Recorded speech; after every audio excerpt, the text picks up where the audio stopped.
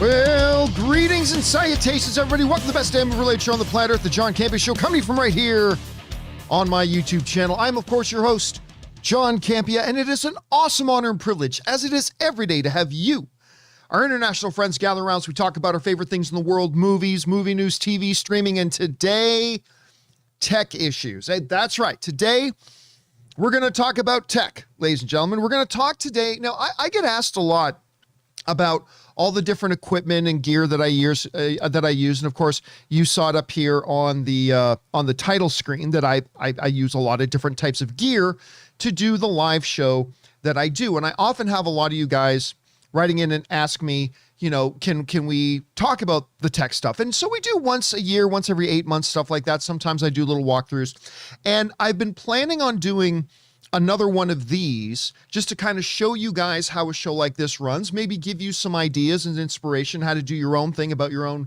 show about sneakers or cell phones or travel destinations or cars or bikes or clothing or movies or TV or whatever it is you guys want to talk about. Maybe this will give you guys a little bit of inspiration. At the very minimum, I hope to give you guys a little bit of an insight into how and what goes into making a daily live show like this happen. But hopefully a little bit further than that, it gives you guys a little bit of inspiration to getting your own thing going. So that's what we're going to do today. Hey, just a little bit of housekeeping before we get started. Don't forget, if you want to get your daily fix of the John Campea Show, but you can't always be in front of a YouTube channel, good news. There is an audio-only version called the John Campea Show podcast, and you can go and get that podcast at your podcasting app of choice, whether it's Apple or Spotify or whatever it is you guys like to use. Just go and search for the John Campea Show podcast. Subscribe to it today so it'll be there when you need it. Okay, so here's what we're going to do today, guys, as we're doing this little special episode about the technology and the technical aspect of what goes into making this show.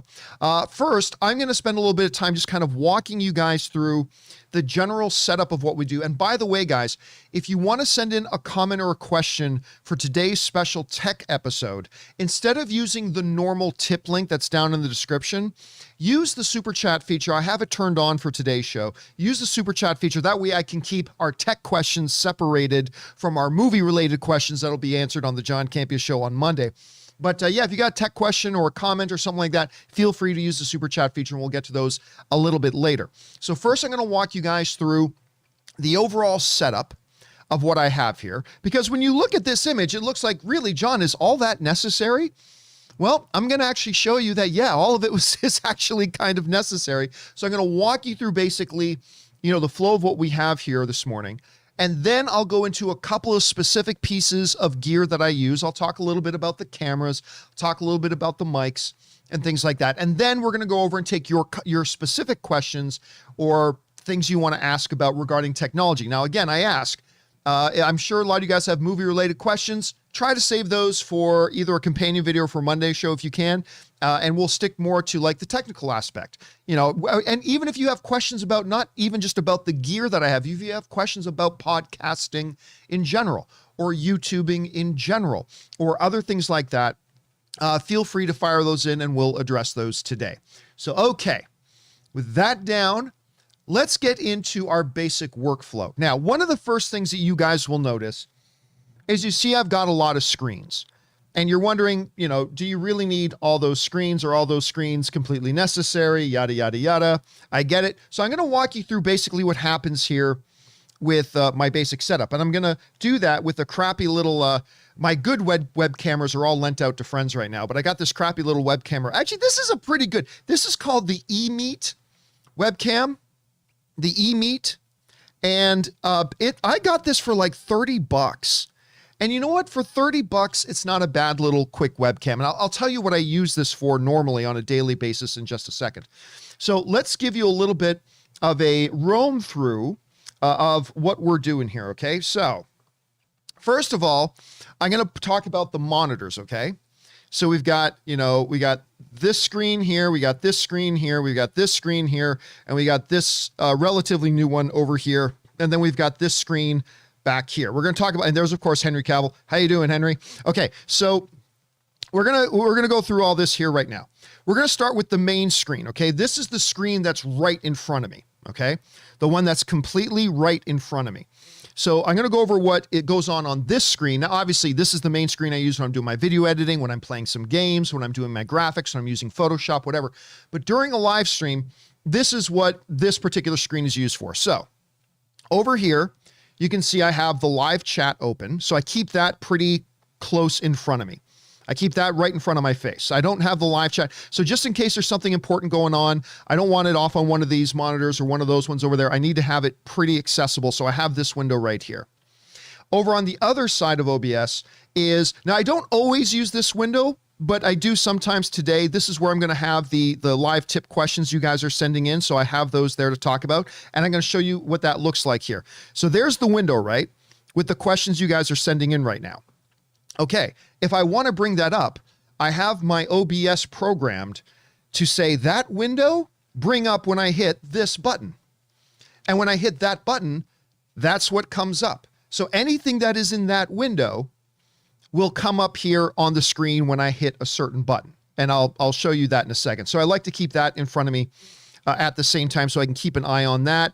I can keep an eye on that. And of course, right in front of me, I used to use Wirecast. I used Wirecast for a very long time. It's an excellent piece of software, but OBS made some updates and I decided to give it a try. And I've been using OBS now for, I'm going to guess 6 months, and I'm liking it so far. And OBS is basically the program I use to do everything. If I click on graphics or pictures or something like that, this is where I do all the switching. This is where I control the main audio from. This is where I control everything that you guys see at home. Everything you guys see at home is controlled through this piece of software. And again, it's called OBS. And OBS is a free piece of software. Wirecast, I paid $1,000 for. And believe me, Wirecast is worth every dollar. Wirecast is a pro level piece of software. But I'm telling you what, OBS has made some really good strides, and I decided to check it out and try it out, and it's free. I would recommend OBS. There's something else called Streamlabs OBS, and it's great too. I would recommend just standard OBS Studio over Streamlabs OBS, but it's, it's a flavor. It's whatever preference you have, that's fine. But that's what I use. Okay, so let's keep going around the monitors here. So that's this monitor. Live chat, super chats, the main control center. Now we go over to this window here. Now, this I break into 3 sections on this monitor. Right, let's start right here in the middle, okay? This middle window is what I call my screen source window. What I mean by that is, whatever I have on this window will come up on your screen if I hit this button called Screen John. If I hit that button, Screen John, right there, whatever is on this screen, right now, the John Campea Show podcast, will come up on your screen. So watch what happens when I hit Screen John. Oh, there it is. So it brings up whatever I have. Whenever you guys see me bring up images, and when I'm talking, those images are already brought up and waiting in this window. So now if I switch this window to this graphic, you'll see when I hit this button now, it brings up that graphic. And then I can just switch between these as we're going live, because whatever in this window will come up. I got to adjust this. Whatever is in this window, when I hit that button, will come up on your screen like that, and I switch between the tabs, it'll do that. Okay, so that's what that window is for. If we move over now and we look at this top window, I keep a couple things open in this top browser.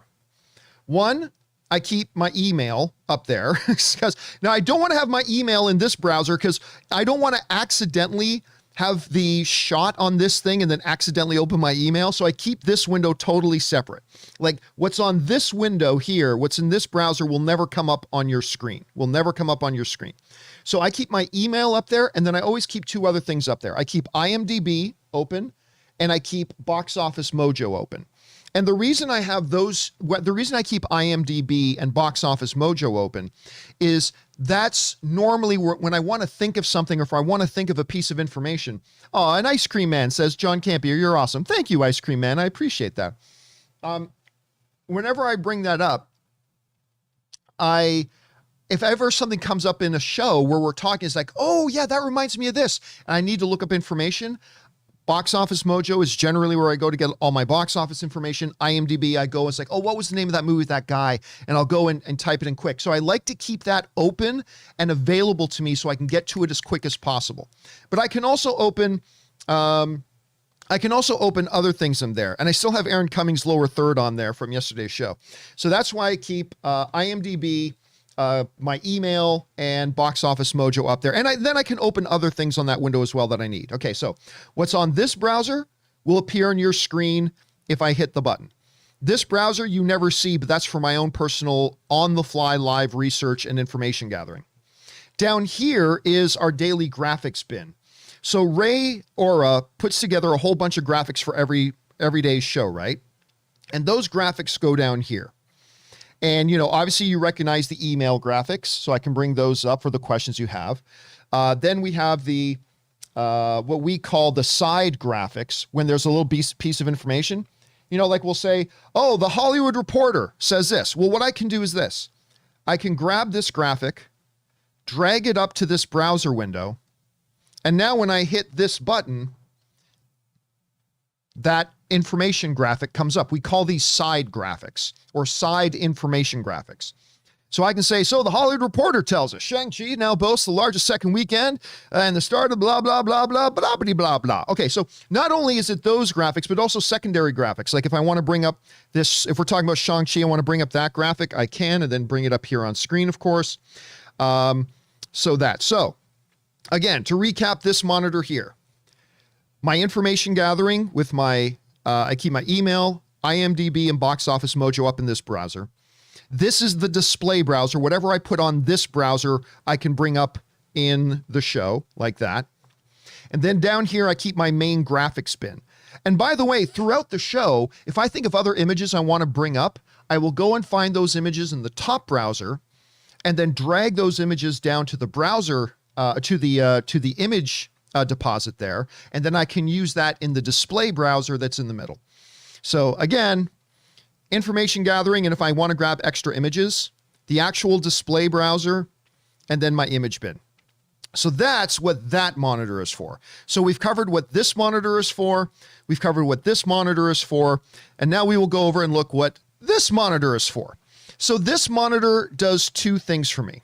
Number one, I monitor the YouTube live stream. This is the actual YouTube interface where I'm monitoring the live stream right now. I can look at the monitor health. I can look at the stream health. I can make sure my speeds are doing okay. I can look at the analytics, the number of people watching, all that kind of stuff. So if there's ever a problem with the live stream, that YouTube interface will tell me if something's wrong with the stream. So I keep that right there. So every once in a while, I can just look over to it like that.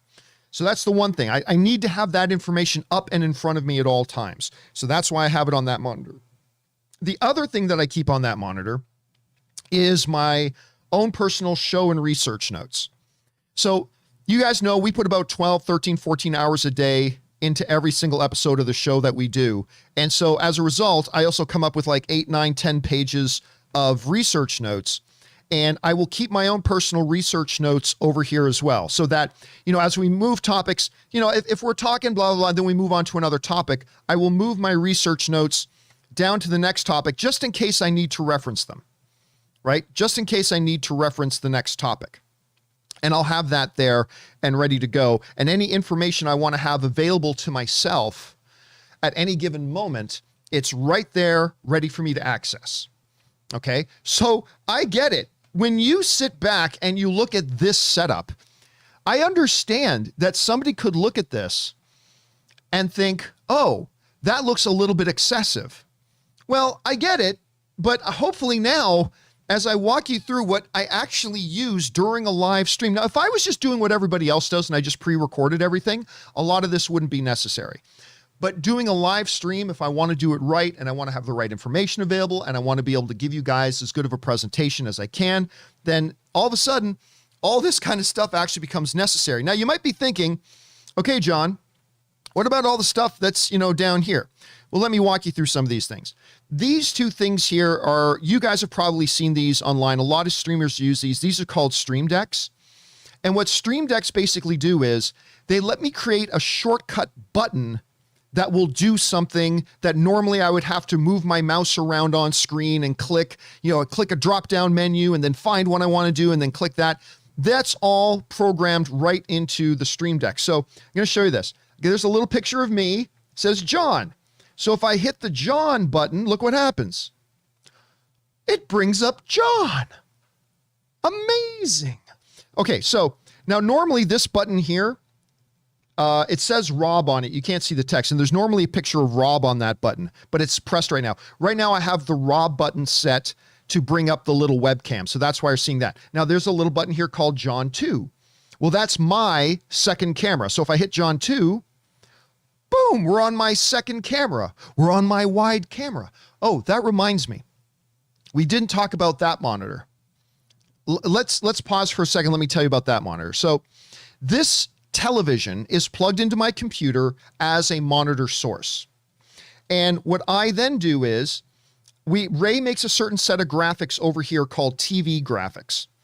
And down here, you'll see these buttons are called TV1, TV2, TV3, TV4. That's to go along with, which story we're on, whether we're on today's story 1, 2, 3, or 4. And normally it's just the John Campea Show logo. But if we're talking about topic number 1, all I have to do is come down here and press the TV1 button and watch what happens. Boom. The TV1 button, the TV1 graphic comes up. And then when we move on to topic number 2, I hit the TV2 button. And that just controls what I have coming up here on this monitor. And I can bring up various different graphics, as you can see, right? Or I can just have the default John Campea thing. So that's what that is for. Now, the only reason I have that, it doesn't really help me. It just makes the image, it just makes this shot look better. Like, doesn't this shot look better? Like, if we're talking about Shang-Chi, doesn't it look better if I've got this Shang-Chi graphic over here? Now, this is one of the very few things in my tech setup that is exclusively for aesthetics. Everything else has a very practical application. This thing is exclusively for the aesthetics, right? But it's helpful too, right? Because if you're scrolling through the YouTube video, if you're scrolling through the show and you come to a piece of footage and you see this and this image is there, then oh, this must be the part where he's talking about Shang-Chi. This must be because the Shang-Chi's graphics there. If you're scrolling through and you see this thing, oh, this is where he's talking about that horrible Hawkeye trailer. You're all in denial. It's a terrible trailer. Come to the truth. Come to Jesus. Acknowledge the truth. The truth will set you free. That was a terrible trailer. I know none of you agree with me. That's fine. But at any rate, so that's what I keep that open there for. So number 1, the pure aesthetic.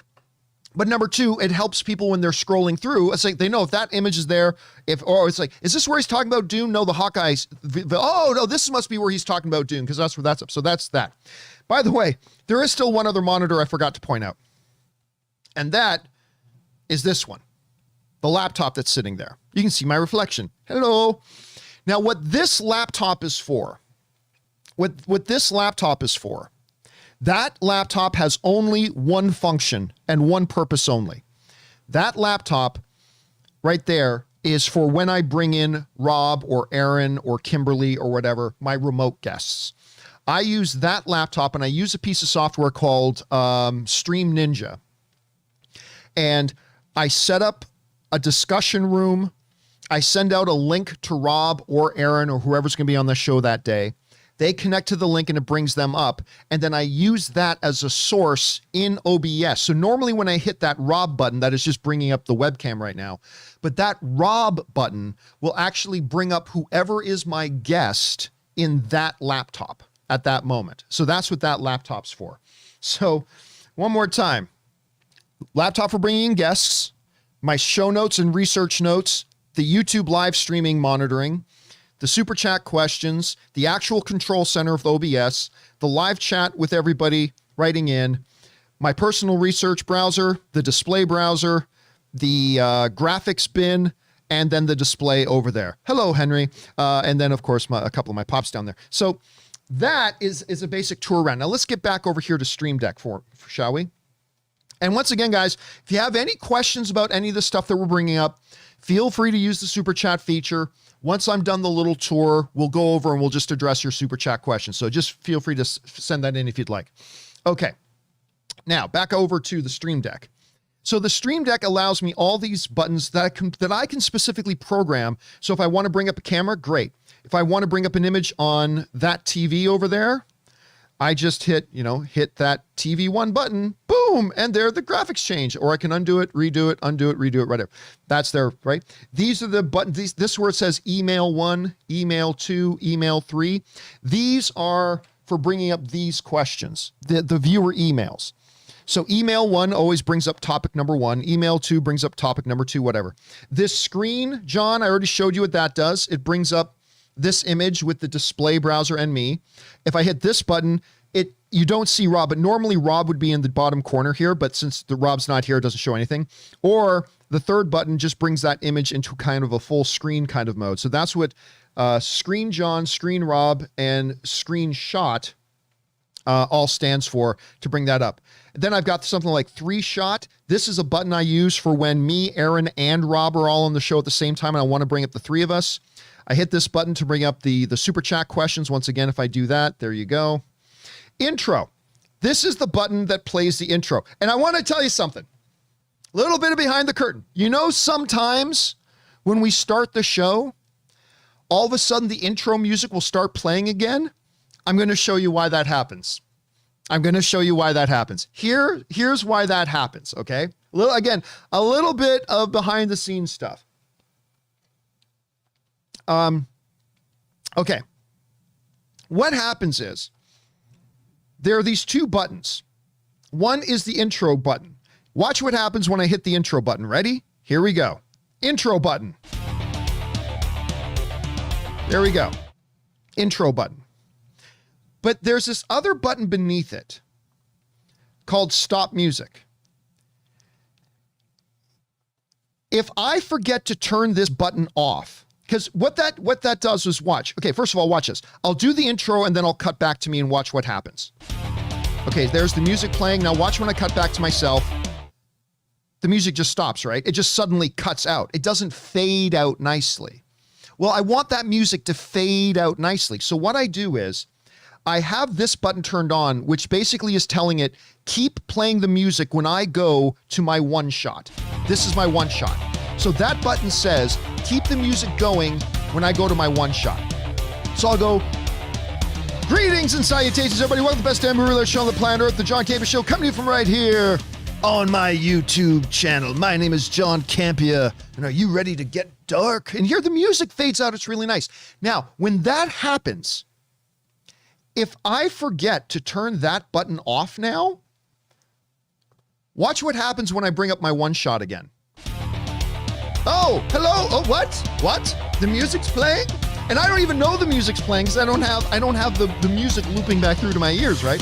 So what I need to do is after I do my greetings and salutations, everyone, welcome to the John Campea Show, as soon as the music fades out, I have to remember to go back down here and turn that button off so that the next time I bring up my picture, the music doesn't start to play. Make sense? So that is why the reason you hear the music kick back in sometimes during the opening part of the show is because sometimes I forget to turn that damn button off. Now listen, you got to understand, most of these live types of shows, the person on camera doesn't have to control everything. Normally there's an engineer who controls all this stuff and they can just focus on that. I'm trying to focus on everything at the same time. I am not going to lie to you. I'm not going to be falsely humble here. It's not easy.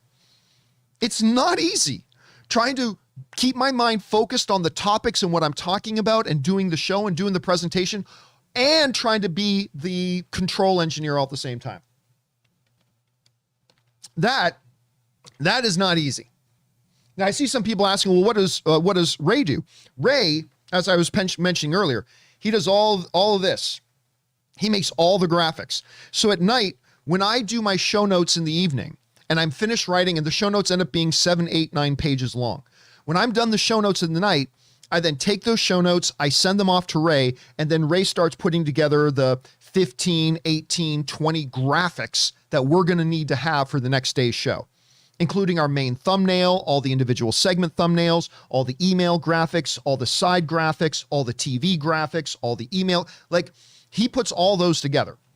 That's what Ray does. And Ray does a very, very good job at stuff like that. So that just gives you a little bit of an insight as to the type of power that this thing has. But the thing is, I have so many things. This wasn't enough. I had to get another one. So I had to get a smaller Stream Deck. This brings up the side graphics. This brings up other images that I have programmed. This brings up my Be Right Back. So every once in a while when I say, hey guys, we need to take a break, I'll be right back, I hit this Be Right Back button, and then that starts to play. So that's what that Be Right Back button does. So basically, these Stream Decks are incredibly useful to me. They allow me one-touch functionality to get everything going, and it just makes it a lot easier than trying to click through a bunch of menus to bring up the things I want to bring in. To have these Stream Decks, to be able to program the buttons and just being able to hit those buttons, it makes my life a lot easier. Another little piece of gear I want to show you guys. You guys have probably seen me talk about this before, but this is the Rode, I think it's called the Rodecaster Pro. That's what this is called. This is what my microphone goes into. This controls my audio. I also have certain effects. I'm able to monitor my audio bumping. Also, any of my guests, they come through this as well. And then this goes and connects to my computer via USB. And then I can do that. This over here is a field recorder, but sometimes instead of the Rodecaster, I'll use this. Like, I can plug my microphone into this thing. This is the Zoom H6, and it is also a really good little sound interface. And it's nice too because it's a portable recorder. So whenever me and fact checker Jonathan or Ray go on location to do some shooting, we'll record our audio on that thing. It's absolutely fantastic. One of my newest pieces of technology is this thing right here. It's called the Davinci Resolve Speed Editor. Now, I don't use this during the show. This is something that I use during, after the show is done. Because after the show is done, one of the first things that we do is we take the show and then we edit out the individual segments, and then we put those segments up as their own little videos, right? So if we had 5 topics on the 2-hour John Campea Show, the 2-hour John Campea Show will be there, but we'll also put up 5 individual videos of those. And this speed editor right here, oh my God, this speed editor helps me edit and get all those segments ready to go so much faster. Ow, sorry, my thumb still hurts a bit. It helps me do that so much faster, so much faster. It's a little expensive. I think that speed editor is $300. It works with Davinci Resolve. It was made for Davinci Resolve, but I hear it also works with Adobe Premiere if you use Adobe Premiere. But what was cool is, even though this thing is $300, they had a special on where if you buy that, you get Davinci Resolve Pro for free. And right now, Davinci Resolve is that's my video editor of choice, is Davinci Resolve. There's a free version of it and it's great, but there's also a paid version of it. And I got the paid version of it for free when I bought the Davinci Resolve Speed Editor. So that was really cool too. So, oh, but there's more. There's more. First of all, a big shout out to the folks over at JBL. The folks over at JBL sent me, after I destroyed and punished my other headphones, JBL was kind enough. They saw that episode and said, hey, we saw you needed some new headphones. How would you like some of our Jbl Proline headphones? And I'm like, sure. So they sent me like a bunch of these. These are great. These are great. Also, one of the things that JBL sent me were some new desktop speakers. And they sent me these JBL Pro ones. And I got to tell you, these things sound absolutely incredible. Absolutely incredible. I absolutely love these things. I can't recommend them highly enough. Obviously, I'm a little biased because JBL gave me these for free. Obviously, I'm a little bit biased. But listen, if I didn't think they worked for me, I wouldn't use them. So they're really good. Then, obviously, we've talked about these ones before, but we'll talk about this for a second. The camera. These are the Sony A6400s. There's one, there's two, there's a third one over there. These are the Sony A6400s with a Sigma 15mm prime lens. That one has a Sigma 30mm prime lens, and that one also has a Sigma 30mm prime lens. You can get these for about $900 each. The lens will cost you another $300 or $400. But obviously these were not the first cameras I bought. Obviously I started with much, much cheaper, less expensive cameras. And then as the channel grew and as I grew, I gradually increased the quality. And as a matter of fact, I'm probably going to be replacing these Sony a6400s pretty soon. I think it might be time to move up to the next level of camera. And that next level camera is probably going to be another Sony camera. It's called the Sony A7C. A as in Apple, 7, C as in Campea. You should go look it up. It's a gorgeous full frame camera. These are C sensor cameras. I'm thinking about moving up to the full frame cameras, but they're expensive. It's about $2,000 for the camera. So that's why I'm not rushing to get those. But right now the image I get out of these cameras are fantastic. The prime lenses I have on them are great. So I love those a lot. And then of course you need lighting. One of the big mistakes a lot of people make is they think they got a great camera and everything. If you don't light properly, the good cameras aren't going to mean anything. So I got these things, I believe they're called Nan lights. There's one there. These are flat panel LEDs. These ran me about $150 or $200 each. You can get cheaper versions, but you're going to get slightly cheaper results. Still, they would be good too, but I got these ones called Nan lights.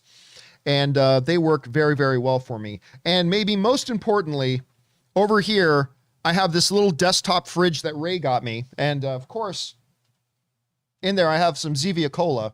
So Ray, got me a little desktop refrigerator to keep extra Zevia Cola, always cold. Zevia Cola, sponsor me, you insufferably cheap sons of bitches. Anyway.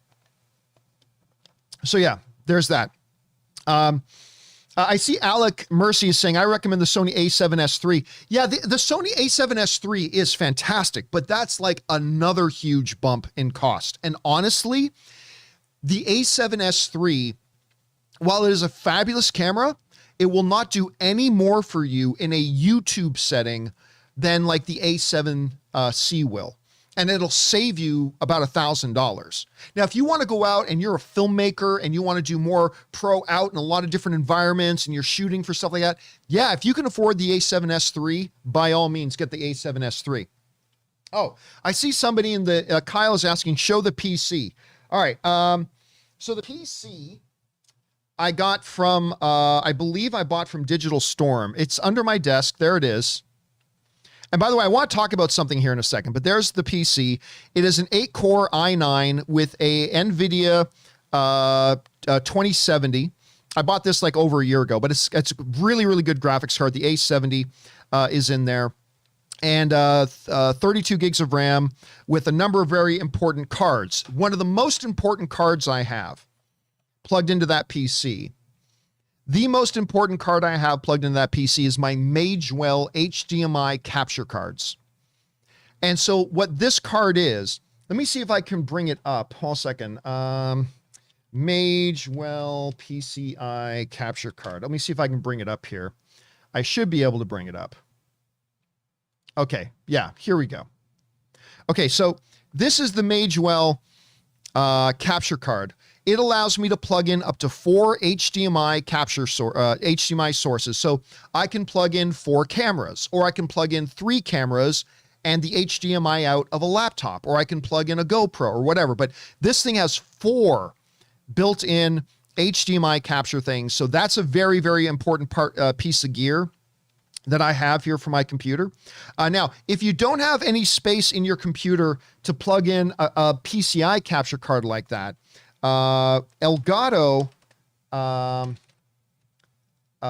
what's it called again? It's called the Elgato, hold on a second. What's it called again? I have 2 of them. There it is. It's the Elgato Camlink. The Elgato Camlink is what it's called. That's this one right here, the Elgato Camlink. So you plug one end into a USB port on your computer, and on the other end, it's an HDMI connector.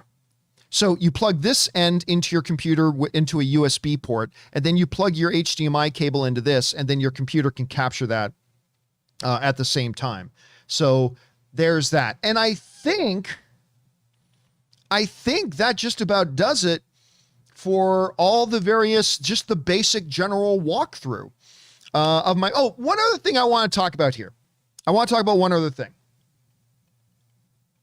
It's something some people give me crap over, and I always give the same response, and people think I'm joking, but I'm not. And that's cable management. I want to talk for a second about cable management.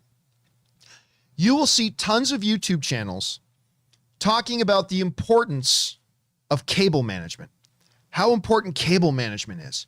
And I'm here to tell you that's bullshit. That's bullshit. I'm going to show you my table here. Cables everywhere. You want to see something scary? What? Cables. Oh yes. All you people with OCD, drink that in. Oh yes. Drink it in. Drink in those cables. Some of you, like, you're having seizures where you're sitting right now. Your minds can't handle it. And here's the thing that I always say. Cable management is for two different groups of people. One, cable management is for the weak.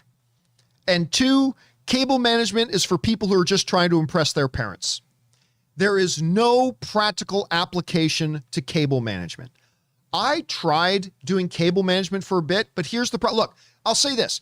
Cable management is great if you've got your system set up and you're only going to change something like once every 5 months to a year. If you're only ever going to change something like every 5 months to a year, then that's fine. Run your cables in tracks, put in your zip ties, drill holes into your wall if that's how you get your jollies. Do all that, great. If that makes you happy, great. Here's the problem though. You do all that, you jump through all those hoops with all that cable management. You want to do the slightest thing, like change which USB port you want to plug your webcam into. Good luck. Now you got to go through, you got to undo take down all your tracking, you got to cut your zip ties, you got to do all this kind of stuff just to change one little thing. And if you're somebody like me, who I am constantly changing my setup and I'm constantly swapping in gear and I'm constantly adding new elements to what I'm doing, what I want to be able to do is unplug something and just pull the cable there, and that's done. And when you just do all this, we got to do this and got to take it out of here and I got to do this and oh no, my hands can't take all these cables. That's great, but all you're doing is buying yourself massive pains in the ass when you got to change things around. And look, if you're not somebody that changes things up very often, and most people aren't, most people don't have to change things up often. And if you're one of those people, cable management is great and I would do it myself. But when you're somebody like me, where it's far more important to be able to quickly unplug something and plug something in, and I can grab a cable and literally just lift it off the ground. Don't have to go through all this system, everything. It makes my life far less stressful. It makes my life so much easier just to have all the cables loose. And let me ask you, does it affect the look of my show? Does it affect my show in any way, shape, or form? No. But you know what would affect my show? If I'm super stressed. You know what super stresses me? If I have to go through a big 30-minute song and dance just to swap out one cable of something. That to me makes no sense. So yes, drink it in, all you lemmings. All you cable management lemmings. And look, see, I do a little bit of cable management. I keep some things, I do a little bit just to keep things out of my way. But drink it in, you cable management lemmings. Ah, yes. I drink in your suffering. So, but there's that. But again, that makes my life easier. And when you have to do as much as I do, anything that makes your life easier is an important thing to do. So that's why I do that. Okay. With that down, guys, listen, that's everything I wanted to walk you guys through. But I said I would leave it open to take your questions. If you have specific tech questions, specific things you want to know about, maybe it's something I didn't cover, maybe it's something I touched on, but you want a little bit more info, all that's good. Let's jump on over right now and start seeing what you guys are wanting to talk about. And we're going to start things off here with Jesse Keller, who's asking, not a tech question, but how's that search going for background dancers? If you know, you know, hashtag filthy after dark. We're going to hold you to it. So listen, here's the thing. I did John Campea After Dark the other night and I had this great idea. What if, just to complete the whole ambiance of it, I do one episode where I have two like dancers dancing in the background. You won't even hear any music. They're just dancing through the hour-long show. Not strippers. Like people say, John, why would you? Not strip, like dancers, professional dancers who dance, like who dance in music videos, dancing clubs and things like dancers, right? I did not know how hard it would be to find them. And then when I did find some, I did not realize how expensive they would be. I found a couple of them and they were going to be like $500 for one. And I want two. And I can't spend $1,000 just for a joke to have a couple of dancers in the background during my shows. I will find them though. I will find them. I will keep looking and I will find him. A little bit of my General Zod there. I will find them. I will find them. But right now, I'm just having a little bit of a hard time. I'm having a little bit of a hard time right now figuring it out and finding them right now. But I will figure it out and I will find them. Okay, let's go. Next up, Orange Grove 55 writes, best advice you have for people that make videos but wear glasses. The glare in my glasses has been a sticking point for me. Thanks, John. Listen, I don't even wear prescription glasses. I wear like these Gunner glasses. Like I don't have to wear prescription glasses. But I wear these through a lot of my shows because you guys see how many monitors I have in front of me. I mean, these two monitors are alone are like 32-inch monitors. This one and this one are both 32-inch monitors. These are big monitors. And then I got another monitor there, and then I got this laptop thing over there, and I got all this kind of stuff, right? So it's a lot of this. Like the light that comes off monitors. And a number of years ago, I realized I was always having headaches after my shows would be done from under all these lights and blah, blah. And then somebody recommended to me these Gunner glasses that filter. They're made for gamers really to filter out a certain type of light that comes off of monitors. And I found when I use them, I don't have eye fatigue after I'm done a show. I don't know how it works. I don't even care how it works. All I know is that when I don't wear them, and sometimes I still don't wear them, but when I don't wear them, I'll end up maybe 7 times out of 10, I'll end up having headaches after I'm done. And when I do wear them, I never have the headaches. But anyway, as somebody who wears glasses myself during the show, look at that. There's some glare. Who cares? Who cares? It's not important. What's important is that you can see properly during your show. Now, one of the things you can do is that you can raise your lights a little bit higher. You guys will notice that I actually have the lights raised. Here's my eye level. I have the lights raised kind of high, right? And with the lights raised kind of high, they don't really get the reflection. Now, if I move my head up, then you start to see the glare of the lights. But if my eyes are straight and the lights are a little bit higher, it reduces that amount of glare. Now you still see some of it from the monitors in my glasses. I mean, there's no avoiding that. But yeah, I would say, who cares if there's glare in your glasses? Who cares? Nobody cares. Nobody cares. But if it is really bothering you, just try raising your light sources a little bit. That would be my little piece of advice. Okay. Next up, we've got Rhett Proctor, who writes, if Insomniac can do a Wolverine game, well, we're really here to talk about tech stuff, but I'll address it for a second. If Insomniac can do a Wolverine game, why can't Flash get his own video game? Well, that's a good question, Rhett. Why aren't you putting up $30 million to develop a Flash game? Oh, you want somebody else to put up $30 million to make a Flash game? Well, there you go. Anyway, Flash can get his own video game. He has lots of colorful villains like Spider-Man. Like Spider-Man is it because he's too powerful with the super speed? No, I mean, go ask a video game guy why they haven't made a Flash game. I'm sure it has something to do with rights issues. It definitely has, but also Wolverine and Spider-Man are both far more popular characters than Flash. I mean, I would be interested in a Flash game, but you'd have to go ask a video game expert why they haven't made a Flash game, but I'm sure it has something to do with rights. All right, next up. Brought up the wrong screen there.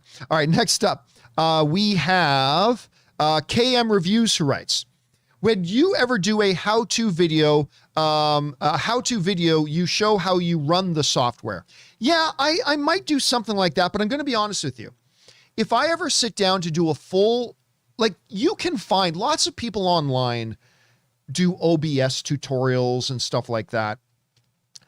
If I were to ever sit down and give you a real practical hands-on walkthrough instructional video on how to really use OBS and then how those lessons are applied in the John Campea Show and how you can apply them, I'm not going to lie to you, it wouldn't be a free video, because that's a video that would take a lot of work and a lot of effort. And if I did do something like that, I would probably put that video up on one of those services where you'd actually have to pay to watch it.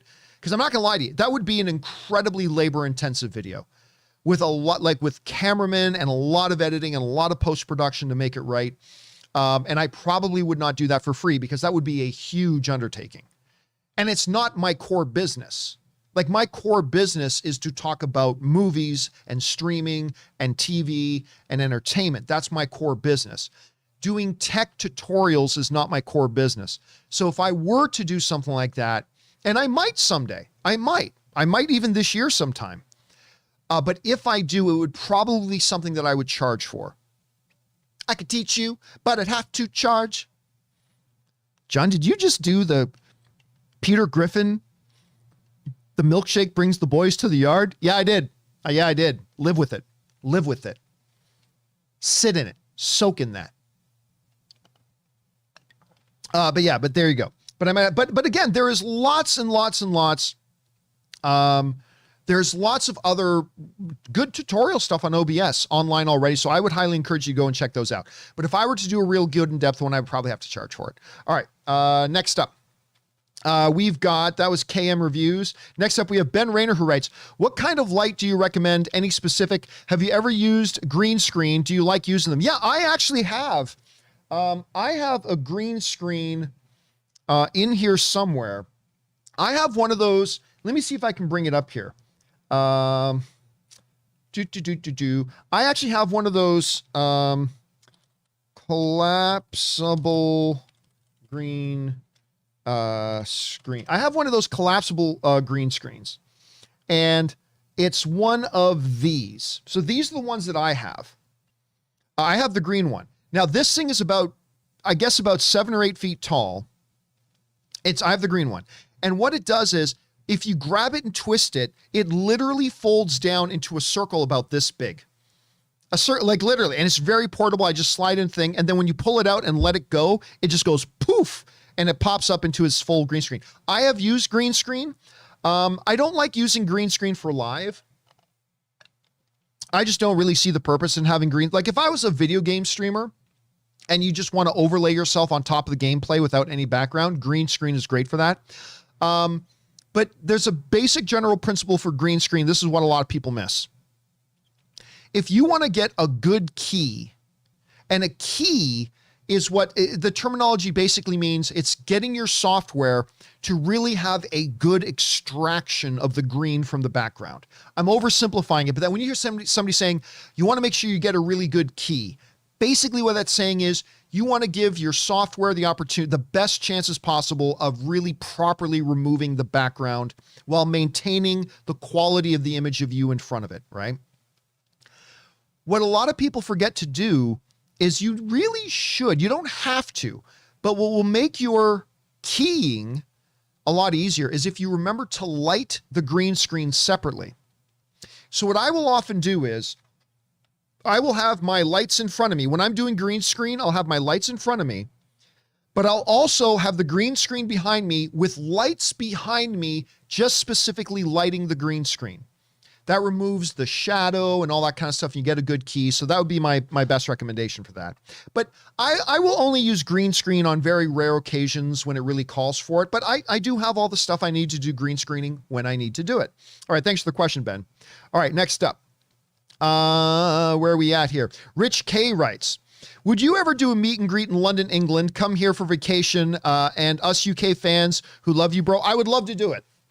I would love to do it. Of course, first of all, I've always wanted to go to London. I've always wanted to visit London. Ted Lasso only makes me want to visit London even more. I've always said, all the way back to the movie blog day, guys, I've always had people like such a great group of in the fan base from the UK. Someday, now of course that's not cheap. Like have to fly from Los Angeles to London, get hotels, and that's not cheap, but I hope to do that one day. Especially once this pandemic stuff gets behind us, I do hope to do that. Maybe I can come out there and host a screening of something or something like that. Fingers crossed, fingers crossed. Thanks for the question, man. I appreciate that, Richard. All right, next up. Rhett Proctor writes, also, I know it wasn't tech related, but I plan on streaming video games with my PS5. I'm curious, what program should I use? Listen, OBS is a good one because OBS is kind of the standard one that like 90% of online streamers use.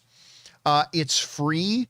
There's tons of free tutorials online. So, I mean, there's a little bit of a learning curve, but there's a lot of free available resources to you guys, for you guys. So, I would recommend definitely using OBS. That would be my recommendation.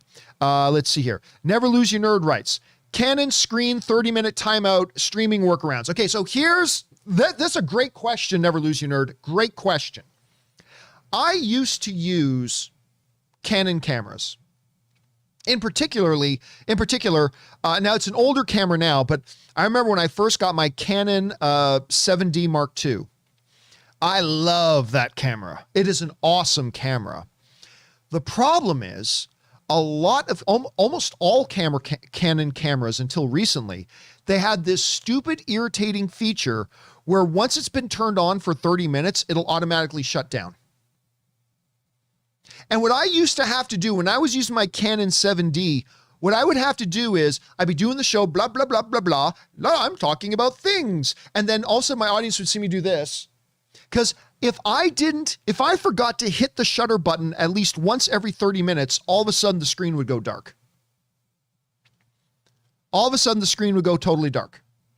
It's like, So yes, a lot of Canon cameras, some don't now. Like I believe the M200 and I believe the Canon M50 and things like that. The M50 is a nice choice. I believe they've gotten rid of those 30-minute limits. But at any rate, one of the main reasons that I switched over to these Sony cameras from Canon is because these Sony cameras do not have that 30-minute time limit. So you have two options. One, if you want to use a Canon, look into getting like the M200 or the M50. And now there's the M50 Mark II. And these are relatively inexpensive. I mean, they're cheaper than the Sonys. I mean, you can get an M50 now for about $500, which isn't cheap, but for a really good mirrorless camera that's going to give you an exceptional, better image than any webcam can give you, that's not bad.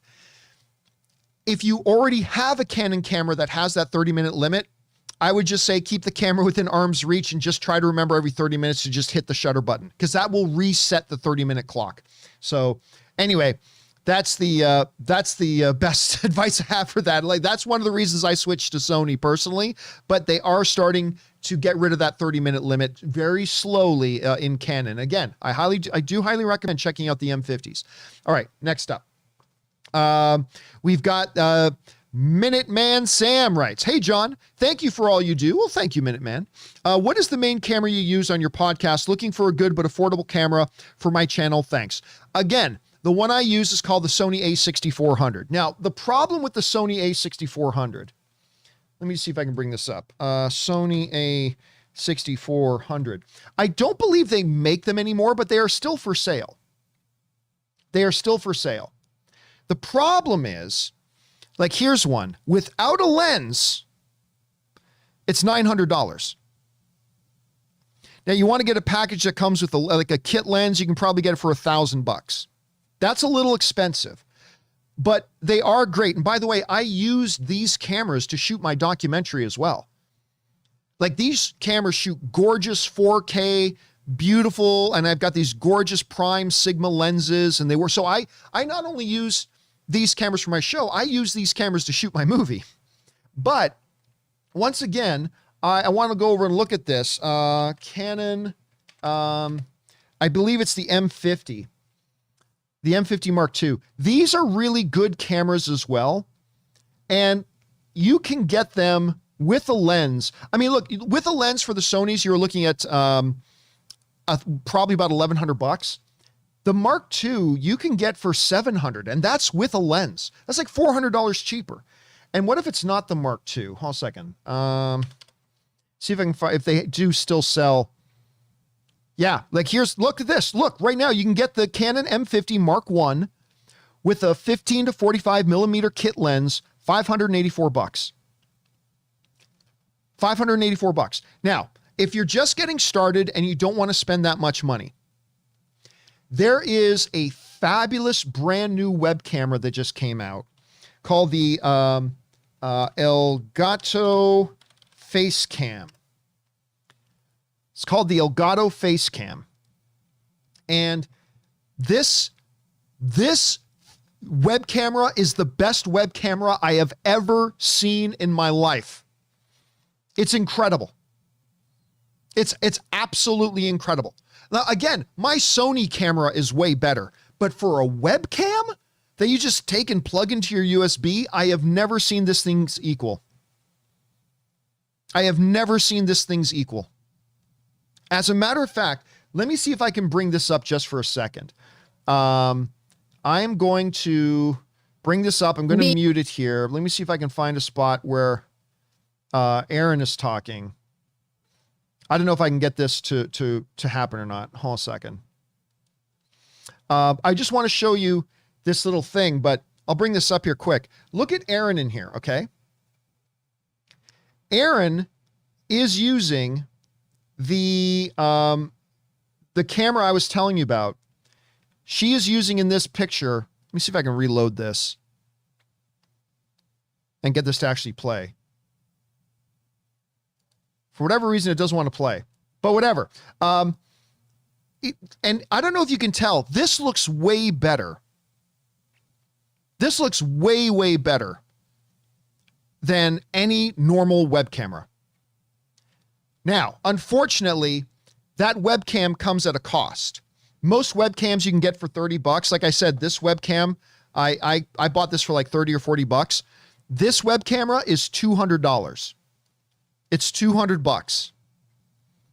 But I am telling you, it is so worth the money and so convenient. Again, not as good as my Sony camera, not as good as the Canon M50, not as good as like a real mirrorless or DSLR camera, but for a much cheaper option for a webcam, mwah, glorious. Absolutely glorious.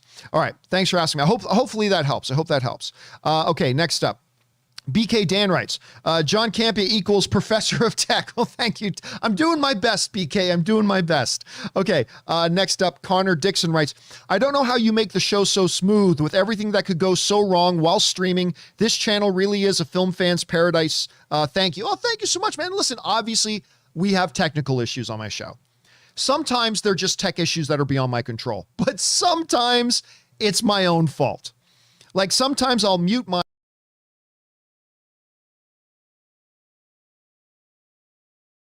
your microphone and then I'll go, oh, I gotta turn my microphone back on, right? Like sometimes when Rob's talking and I've got to sneeze, right?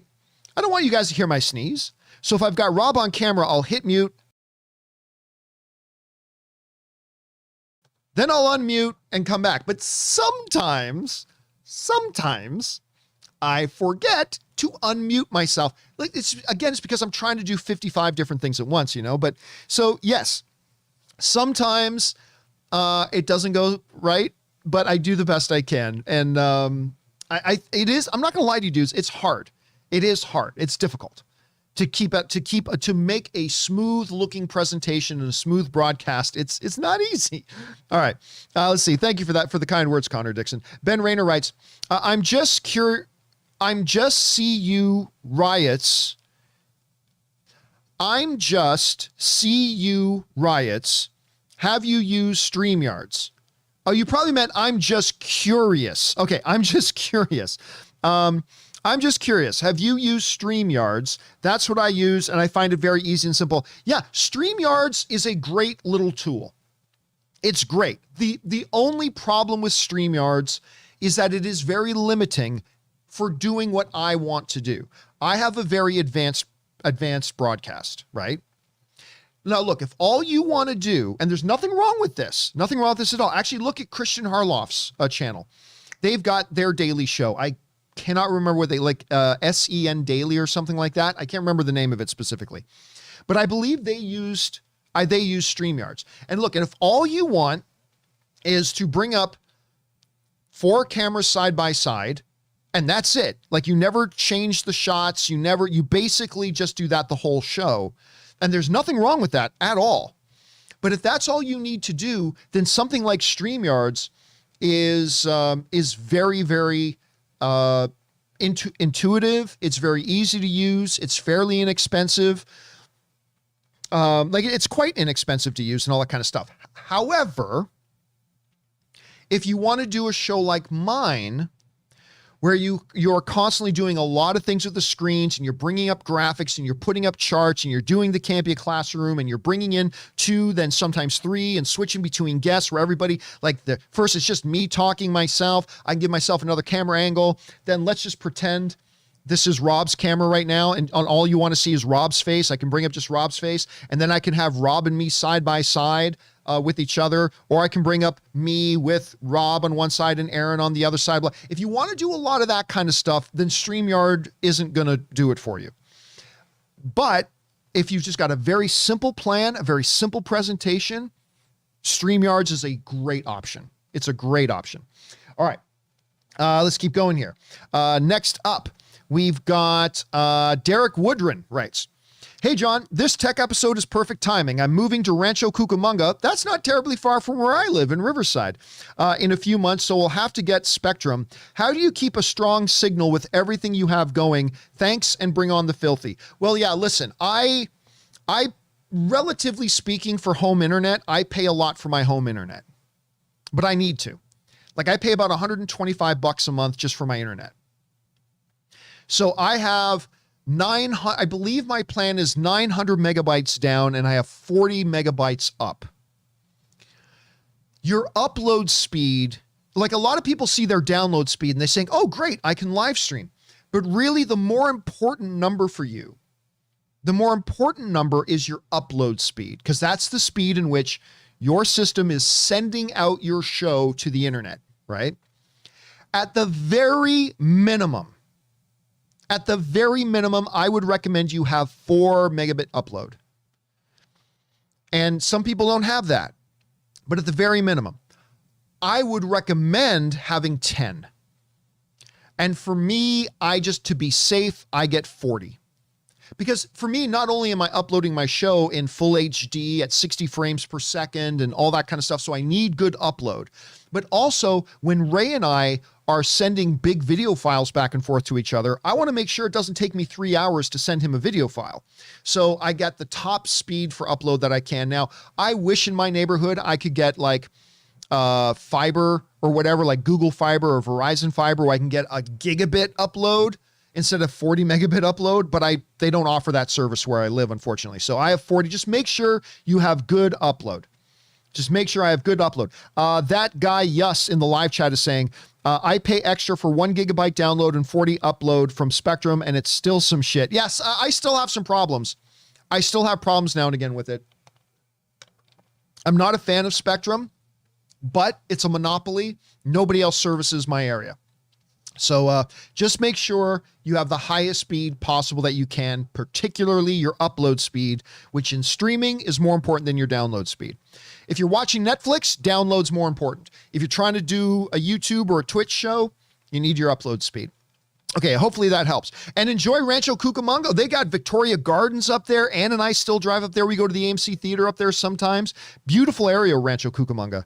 All right, next up, we got Russell Amador who writes, looks intense. Well done, John. Thank you. Imagine someone walking in on their first day on that job to that. They'd be nervous. Yes, they would. They would be pretty nervous. Someday, I do hope to hire an engineer, but that's expensive. hiring people. Now, guess what? Living in California, you need to make a certain amount of money to be able to live here.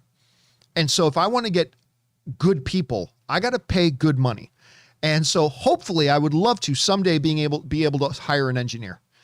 So to run all the technical stuff and I can just focus on doing the show. I would love to do that sometime. I used to have that at AMC, but doing it on my own, I got to do it myself.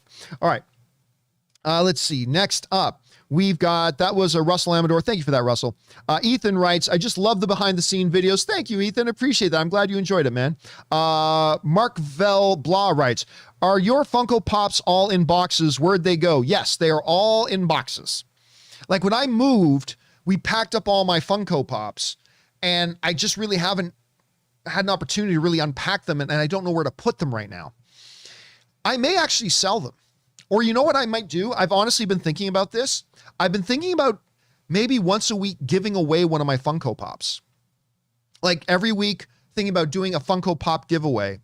And if the person who wins the giveaway wants me to autograph it, I don't know why you'd want my autograph, but if you do, I'll sign it and then ship it off. Ship it off. You know what else I'm thinking about doing? Okay, give me 2 seconds. Give me two, not even a minute. Just give me 5 seconds. Give me 5 seconds. Okay, I'm just going to bring up an image here. Go on, give me 5 seconds. 1 second. Okay, so I am thinking, tell me what you guys think about this. So this isn't even all of them. These are my passes to world premieres. So right here, I've got my lanyard for my Captain Marvel world premiere. Here's my one for the Black Panther world premiere.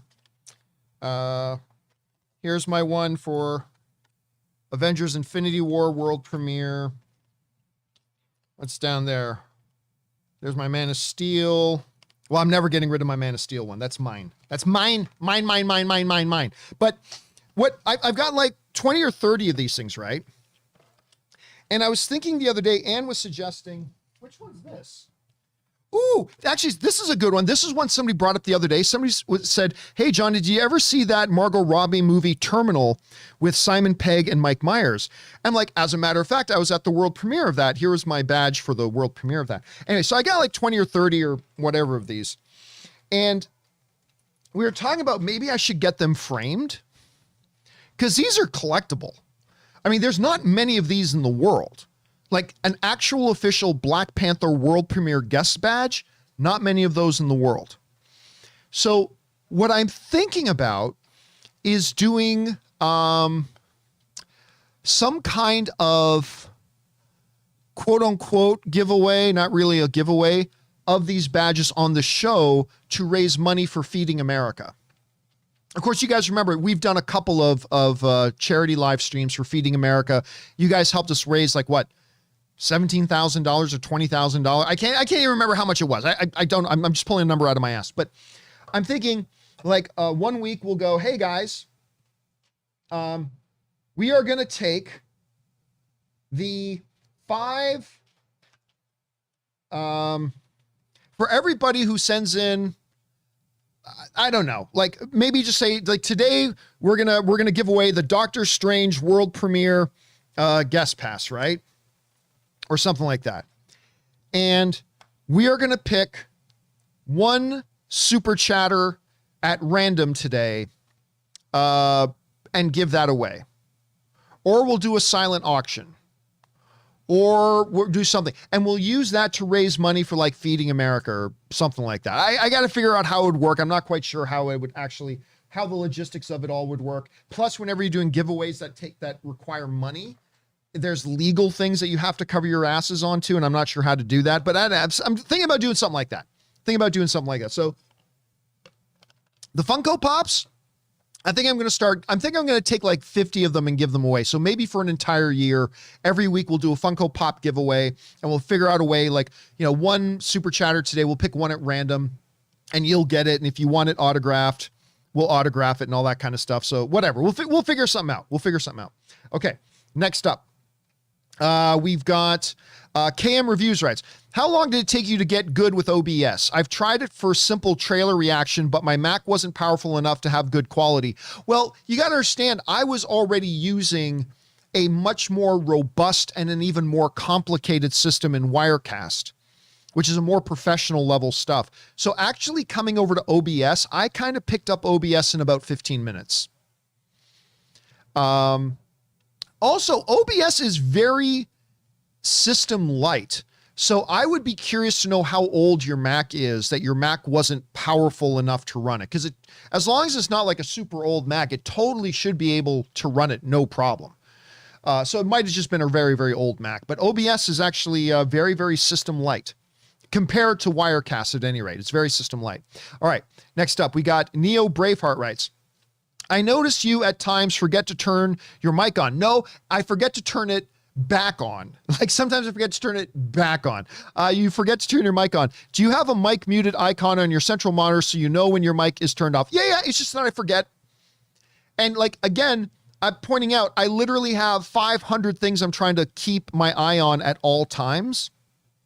Trying to keep my eye on it at all times. So yes, my button right in front of me does show me that my mic is muted, but it's just that I'm also concentrating on what I'm going to be saying next. How are we going to roll into the next topic, bringing up the next graphic that we need? You know, it's just once in a while you forget, even if it's right in front of you, like I have it. So it's tough. I'm not going to lie to you. It's tough. It is hard. All right. Next up, Josh Benag writes, I used to be a Canon man, but I'm jumping ship for the Sony A7C. Nice. I think it's the best affordable mirrorless full frame camera. You're looking at any new cams. That's the exact camera I'm looking at. The Sony A7C is the exact camera I'm looking at. Of course, the problem with any of these really good cameras is then you got to get a mic. Then you got to get lenses, and lenses can be as expensive as the camera. But I am looking at this package of this Sony A7C with a really nice 24 millimeter full framed prime lens. And the prime lens itself is about $700. So I'd be looking at spending about $2,700 for one camera. I would probably keep this camera. I'd probably just keep this one as it is because it's just a wide shot. So that's fine. But yeah, that's why I haven't done it yet. It's expensive, but yes, absolutely, man. I am a big fan of that A7C. I'm looking at it myself, Josh. Please do let me know if you get it and make me a little bit jealous. Okay.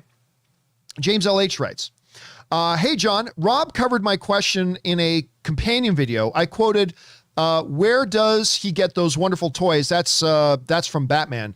In reference to your new tall screen. So all this you're going through, I find fascinating. Thanks. Oh, thank you, man. I appreciate it. And by the way, this tall screen is really just another 32-inch monitor.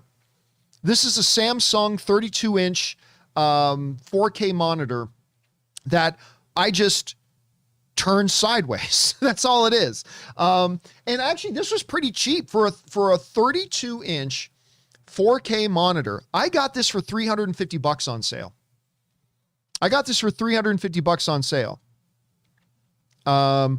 And it's really, I mean, this monitor 4 years ago would have been $1,500.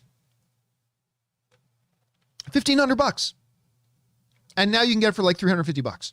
So it was a really nice pickup. It gives me lots more real estate to do all the things that I need to do. So it's great. Thanks for asking, man. All right, next up.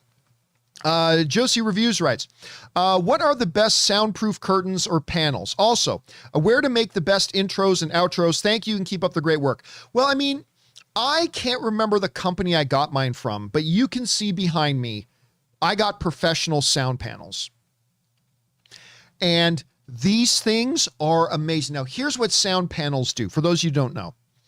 When I moved into this studio, is a converted garage. When Ann and I moved into this house, this was a garage. Concrete floor, destroyed, terrible walls, whatever. I got my contractor to put in new hardwood floor, new walls, recessed lighting above me, all that kind of stuff. But it was super echoey. Like you clap your hands and be, and nothing is worse for audio and video than having lots of sound bouncing around in your room, right? And what I did was I invested some money into these sound panels. These panels killed all the noise reverberation in the room. Killed it. Now, so I have sound panels back there along the side of the walls too, right? And then over here, I've got that. This is a sound dampening curtain that I had in my last place as well. So instead of putting up panels there as well, I just put up that curtain. I would just say for the sound panels, jump online and search for professional sound panels. And you should find lots of different options. For the curtains, I just looked for sound dampening curtains, because you just need something to catch that sound to keep it from reverberating around the room. And it makes a world of difference. World of difference. In my last studio, I just used the sound dampening curtains. I didn't even have the main panels up. I didn't need the main panels. In here, I needed these panels. Now listen, these panels can be expensive. I think I paid like $70 per panel. So they can be expensive, but the result was fantastic. So what I would suggest to avoid, because I've used them before, excuse me as I pull out my next can, a Zevia Cola. Sponsor me, you insufferable, cheap sons of bitches. What was I saying? Oh yeah. The one thing I would avoid personally is those little foam egg crate sound dampening things. I have used those before. They will do a little good. I'm not going to say they don't do anything. It's not that they don't do anything. And I'm talking about the cheap little foam egg crate ones. They do something, but honestly, it's not worth it. It's not worth it. If you're going to really try to soundproof your thing, and by the way, I have a big room here. Like this room is like 25 feet by 23 feet. This is a big room. So you would probably, I've got like 10 of these sound panels. You would probably only, depending on the size of your room, maybe 3 or 4, or get those curtains. Those curtains I probably paid $80 for the curtains. So yeah, that would be, but definitely do pay attention to your sound, see how echoey your room is, do what you can do to deaden that sound, because it'll give you better sound in your presentation. All right, next up, we've got KM Reviews, who writes, what kind of upload speed do you need with your internet to maintain good quality? I would say, like good quality, try to get 10. You can get away with 4 or 5, but minimum, I would recommend 10. I would recommend 10 to do a good HD stream. If you want to do HD 60 frames per second or more than that, get higher. Like I say, I just go to my internet service provider and I say, give me the fastest upload you've got. So yeah, the faster upload you have, the better you can do. Again, bare minimum 4 or 5, recommended minimum 10, but the more you can get, the better. All right. Hopefully that helps, Cam. Next up, Cam also writes, do you know if there's people you can pay to set this stuff up? Oh, I'm sure there is. Like all the graphics and connections and programming stuff. Sure, but the problem is like with graphic, like look, you can hop on Fiverr. Let me see if I can bring this up. You can jump on Fiverr and hire people to do anything. Hire people to do just about anything. And you can find freelancers to do just about everything that you want to have done on your website. You can, hold on, let me see if I can sign in here, just so you can see what it is you're dealing with. Second, what's going on here? Maybe this is the problem. Sorry for this, guys. Okay, yeah. So you can go on to Fiverr, because I think I've used Fiverr once or twice to get a quick graphic of something. But you can go on Fiverr and you can find, like, let's say you want a logo design, right? So you go up to find, say, a logo design, and you search for logo design, and all these freelance artists will say, hey, well, I'll make you a logo starting at $35. I'll make you a logo starting at $55. You can see the number of reviews, number of jobs they've done, examples of their work, and then you can just hire them quick to do something for you. It's not free, but you can get some pretty good stuff. You can get some pretty good.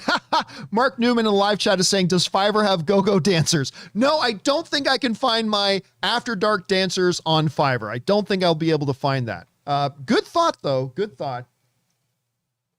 But yeah, or let's say I wanted to find somebody. Let's say I'm going to do a special video and I want a really good infographic. I can search for, okay, what artists do infographics? And look at this. I find this guy. He says he'll start for as low as $5. That's probably really cheap. Well, this person's done 521 jobs and they start at $20. Let me click on them and look at the kind of infographics they can do. So like, you know me, I just use the Campea Classroom and I just write everything out in text. But if I want to do a little prep in advance, I could probably hire a guy to put together a really good infographic for me. Now, these ones probably didn't just cost $20, but I mean, they have different, they show you the different levels of things. You can start at $20 and then you can get a larger plan. Like you can pay $20 for a basic thing, $40 or $70 for a premium service, gets you a better design, gets it to you a little bit quicker, gives you more, I want to say renovation, not renovations. What's the word I'm looking for? It'll give you extra, what's the word I'm looking for, guys, when they do a little bit of a change to a graphic you want? It starts with an R. What's the word I'm looking for? Revisions. Thank you. Why did I freeze on the word revisions? Thank you, James Fan in the live chat. Appreciate that. Different revisions. So yeah, listen, if you're just looking to get the basics of your stream set up and you need some basic graphics that you can use repeatedly, going to something like Fiverr isn't a bad idea. And if you need somebody to come in and like set up your, like come into your house and set up your camera and all that kind of stuff, I wouldn't recommend that. But you can probably find tech services. If you look on Craigslist under services, you can probably find some tech services, some technical handyman that might be able to do that for you. But I would say just learn how to do that part yourself because it's easy, just plugging things in. But yeah, Fiverr is a good resource. Fiverr's a good resource. All right, next up, we've got Trey McVelly writes, and tips in like $20. Thank you, Trey. Appreciate that, man, very much. Thank you for supporting us on that level. John, I've been a fan of yours for nearly 10 years. Thank you so much, dude. And I appreciate you, bro. I restarted my channel and I've used Premiere Pro for decades. Premiere Pro is great. I love Premiere Pro. I do. I am very much into Davinci Resolve right now, but I got nothing bad to say about Premiere Pro for decades. But on my Mac, it's dreadful to use. Do you recommend a switch to Davinci Resolve? Give it a shot. I would also say, do you have a new M1 Mac? You might want to invest in one of those because Adobe has just updated their software to be optimized for M1 Macs. So you might want to try that. Otherwise, can't go wrong with Davinci. Davinci is becoming an industry standard. It is so powerful. It is a video editor. Like Davinci is, Adobe has Premiere for video editing. It has Audition for the sound editing. It has After Effects for compositing and things like that. Davinci, all of that is rolled into one. It's your audio workflow, it's your video workflow, it's your compositing workflow and effects workflow. It's free. You can get the pro version, yes, but the free version is great in and of itself. Dude, so what do you got to lose? Download Davinci Resolve, try it out for free. And because there is a free version, just try it. And see if you like it. But I think if you know how to use Premiere Pro, picking up Davinci is pretty quick. Using the audio and the compositing elements are a little bit tricky and different, but there are lots of YouTube videos on that because you use the nodes and things like that. But for video editing, if you know Premiere Pro, you will have no problem picking up Davinci. So that's my recommendation for that. All right, thanks for that, Trey.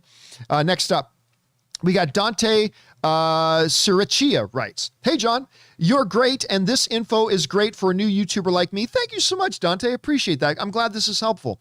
My channel is you and me and things, so thank you. This tech vid is a true gift. Well, thank you, man. I was hoping if we did this that it would be helpful to some people, so if you're getting something out of this, I'm glad you are, man. So thank you for the kind words, dude. KM Reviews writes, what software do you use that separated your super chats into its own box, along with having it pop up on screen when people pay, like the auto stuff? Okay, so there's two different things. One is the on-screen alerts. So every once in a while when somebody sends in a tip, does anybody want to send in a super chat badge right now? Does somebody want to send in a super chat badge right now to trigger one of the alerts? Anyway, so you don't have to do that. But every once in a while, like when you'll see this alert dropping on the screen, right? It'll bing, and you'll see so-and-so just super chatted this, right? There are two main services you can use for overlays. I use something called Streamlabs. I use Stream Elements. I use Stream Elements. And then there's one called Streamlabs. And these are the two main services out there. Oh, now everybody's sending in super chat badges. Thank you guys. Now, where's my tip alerts? Why are my tip alerts not coming up? Do I have my tip alerts turned on? They're turned on. 1 second here. Let me see what's going on here. Let me go over my Stream Elements window here just to make sure. I don't know why the alerts aren't working. That's a good scam of mine, huh? Hey, everybody, just send in a super chat badge to get the tip alert. Oops, no tip alerts. Yeah, nice scam there, Campea. Nice scam. Okay, let me see. I very rarely go in here, but let me just see if I can. Where is streaming tools, my overlays? Okay, let me see if I can get this to work now. I'm going to try to trigger it to get this to go. Stream Elements is acting a little bit funky right now. Anyway, sorry. Stream Elements, although I'm not doing a good job advertising for them right now because I can't get it to work.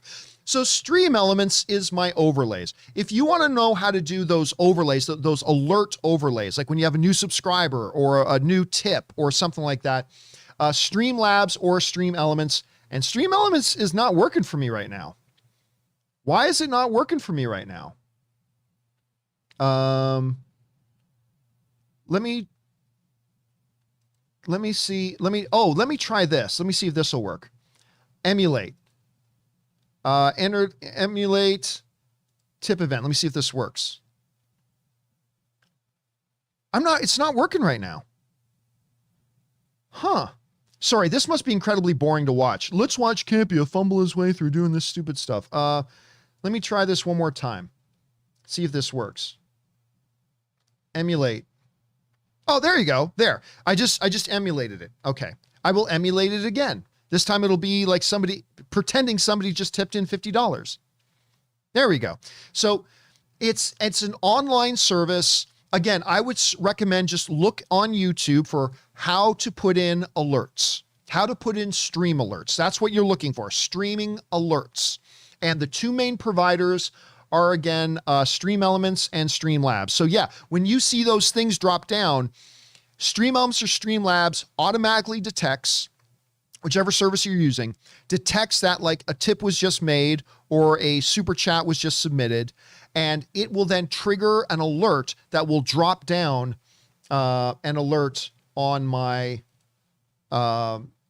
screen. So let's see if I can get it to work here. Yeah, there we go. So that's what that does. And it normally works for people putting in super chat badges and live chats, but for whatever reason, it's not. Oh, no, see, there it is. One just word. I didn't just put that one in. I don't think I did. Maybe I did. But one for Bryce Evans, who just put in a super chat badge, should pop up, but it's not popping up. Anyway, yeah, go on YouTube, search for streaming alerts, and there'll be lots of tutorials to show you how to do that. Now, the other question, what software do I use for switching all that kind of stuff? I use OBS. OBS is one. There we go. Markev Blah. See, Markev's alert just came up. Why didn't other people's alerts come up? Anyway, I'll look into this. I will figure out what the problem with Streamlabs is this morning. But yes, the program I use to do all that, switching everything, is just called OBS Studio. It's free. Go and check it out. All right. Next up. Enrique writes, do you use blue light glasses? It helps us strain. Yes, I do. I absolutely do. That's what these are. All right. Next up. Bryce Evans writes, looks at John's cables. My eyes. You make a lot of good points, though, in regards to the futility of trying to organize them. Love the show. Yeah, listen, I would just get so frustrated. If I needed to, because I'm changing some things out every week. And if I needed to change something out, and I knew, and I had a full cable management going on, I would just go, screw it, I'm not changing it out. Because of how much pain in the ass and hassle you have to go through just to change one cable. Like I'm constantly changing drives and external drives and certain cameras and like hubs and all that kind of stuff. I need to be able to unplug something and plug something in. That's it. I am far more practical. That's why I say cable management is either for the weak or for people just trying to impress their parents. Or people who don't actually have to change things that often, okay? There. Or for people who don't have to change things that often. All right. Next up, Crashing Coyote writes, 3 questions. 1, why does your logo only have eyebrows? I just like the look. 2, how much did that Stream Deck cost? The Stream Deck costs, I'll bring that up in a second. I knew there had to be a reason for the intro music. 3, how do you find out about breaking news while you're live? P.S. Stephen Amell just tweeted that episode 1 of Heels is free on YouTube for American audiences. It's quite good. Yeah, I'm going to have to check that out at some point. So 1, why does my thing only have eyebrows? I just like the look of it. I think it's a unique look. I like that. How much does a Stream Deck cost? Well, let's go over and look that up. Stream Deck. I believe it's $250 for the large one. The small one is about 150. So I have a small one. So the small one's about 150. And then the large one, I probably have to click on it to get the price of the large one. So the small one's 150. And then I also have the 32 key one, and the 32 key one is 250. But again, it's glorious because you can program every button to do anything you want. It's so time saving. It just streamlines what you have to do. I don't know how I would do my stream without it, to be honest with you. I don't know how I would be able to do my stream without it. So I hope that's helpful, Crashing Coyote. All right, next up. Marbert Bayer Runette writes, hey, John, speaking of tech, we are having issues in the chat. Ray's not here today, and there's a hacker in the comments section. We'll deal with that stuff later. Right now, it's not the time for me to deal with that. Roger AV writes, what kind of microphones do you use? The microphones I use right now these are called the Rodecaster Pros. The Rodecaster Pros. This is a very good microphone. It's about $220. I think you can get them right now. Let me go over to Amazon and see how much that is. Rodecaster Pro mic. The Rodecaster Pro mic, maybe if I spelt it right. Yeah, there it is. The Rodecaster Pro right now, you can get for $227. Now, this is not a USB mic. So if you want to get a Rodecaster Pro, you will also need to get an interface, either one like that or something else. You're going to need an interface, something to plug this microphone into that then plugs into your computer. Now, your other option is to get a USB mic, and there is a cousin to this, the Podcaster Pro. This is the cousin to that microphone. You can see it looks exactly the same, except it's white. The only thing is, this is not an XLR microphone. This is a USB microphone. So that microphone will just plug directly into your computer. And it is, well, it's not $299. That's just the price of the whole package. The actual mic, can you buy the mic without the package? You should be able to. Hold on a second. Podcaster Pro. Here it is. It's also the same price. It's about $225. So you can get the XLR version with an audio interface that gives you some more flexibility. Or if you really like it, you can just buy the USB version of it. And it is the exact same microphone. It's just that it's USB. And that one will run you about $225. Hope that helps. All right. Let's see here. Michael Brandy writes, hey, John, back in April, I asked you about an editing laptop that was PC. You said the Asus Zephyrus. It works like a charm for editing. Dude, that computer looks like a dream. That thing looks awesome. They also have the ZenBooks that are really good too. Right now, I am very partial to the new M1 Max. So I have an M1 MacBook Air. And when I'm on the road and I have to do video editing, it's DaVinci Resolve runs beautifully on it. But that Asus Zephyrus, that thing looks like the balls. That laptop looks like the balls. I'm very jealous that you got your hands on it. Very jealous you got your hands on it. All right, next up. My buddy Kevin Rubio writes in, what is your power bill like? So you have solar tiles? The power bill in my house, honestly, a lot of the stuff that I run in my studio isn't that big of a power hog. The biggest power draw in my house is actually my pool. Running my pool, that's the biggest power hog in my thing. But actually, everything in my office isn't all that bad. All right, next up, Michael Brandy writes, minor issue, Asus didn't come with a cam, which I need, but shout out to you again. I was able to use Logitech cam for getting started in online video. Yeah, listen, Logitech, if you don't want to get that Elgato C920, if you don't want to get that Elgato camera, that's like $200, and it is the best web camera out there. A tried and true. I used to use this camera, the Logitech C920. I used to use this camera for AMC Mailbag. When I would do AMC Mailbag and Collider Mailbag, that's the camera right there. That's the camera I used. And it's like less than half the price of the face cam. It's $90. It's $89. And you can probably find it at Walmart or Best Buy or something like that for cheaper than that. You can probably get it for about $70. It is not as good. It is not as good as that Logitech face cam, but it is less than half the price. And it's for $70, it is a very, very, very good web camera. And if you're just getting started, don't spend a lot of money on a camera. Worry more about making your content better. And start off with something like either an Elgato face cam or this Logitech C920. They're both very, very good cameras. The face cam is better, but for $70, can't go wrong for $70. All right. Hope that helps, Michael. Next up, BW Ross, Rossus writes, hey, John, have you ever experienced any issues when you start up your computers, like apps trying to start at the same time, causing a crash or back to the login screen? Has that happened to you? Sure, absolutely. I think that's happened to every PC user and every Mac user. Every computer owner has definitely had that. Happens very rarely, thankfully. The old adage, just reboot, and that seems to fix most of the problems, but sure, that absolutely happens to me too, BW. Richard K writes, would you play Skyrim on PC for your next play and chat? I was actually thinking about it.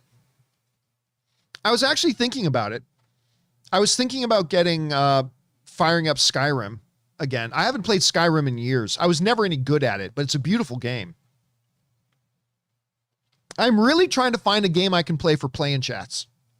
And I have been thinking, honestly, about trying Skyrim again. So maybe it'll be Skyrim. Let's see. All right. Next up, BW writes, have you ever considered getting a 4K webcam for your podcast/broadcast in the future, or going on location with your show in the near future? Here's the thing. 4K, there's no point. 4K is pointless. When it comes to live streams, 4K is pointless.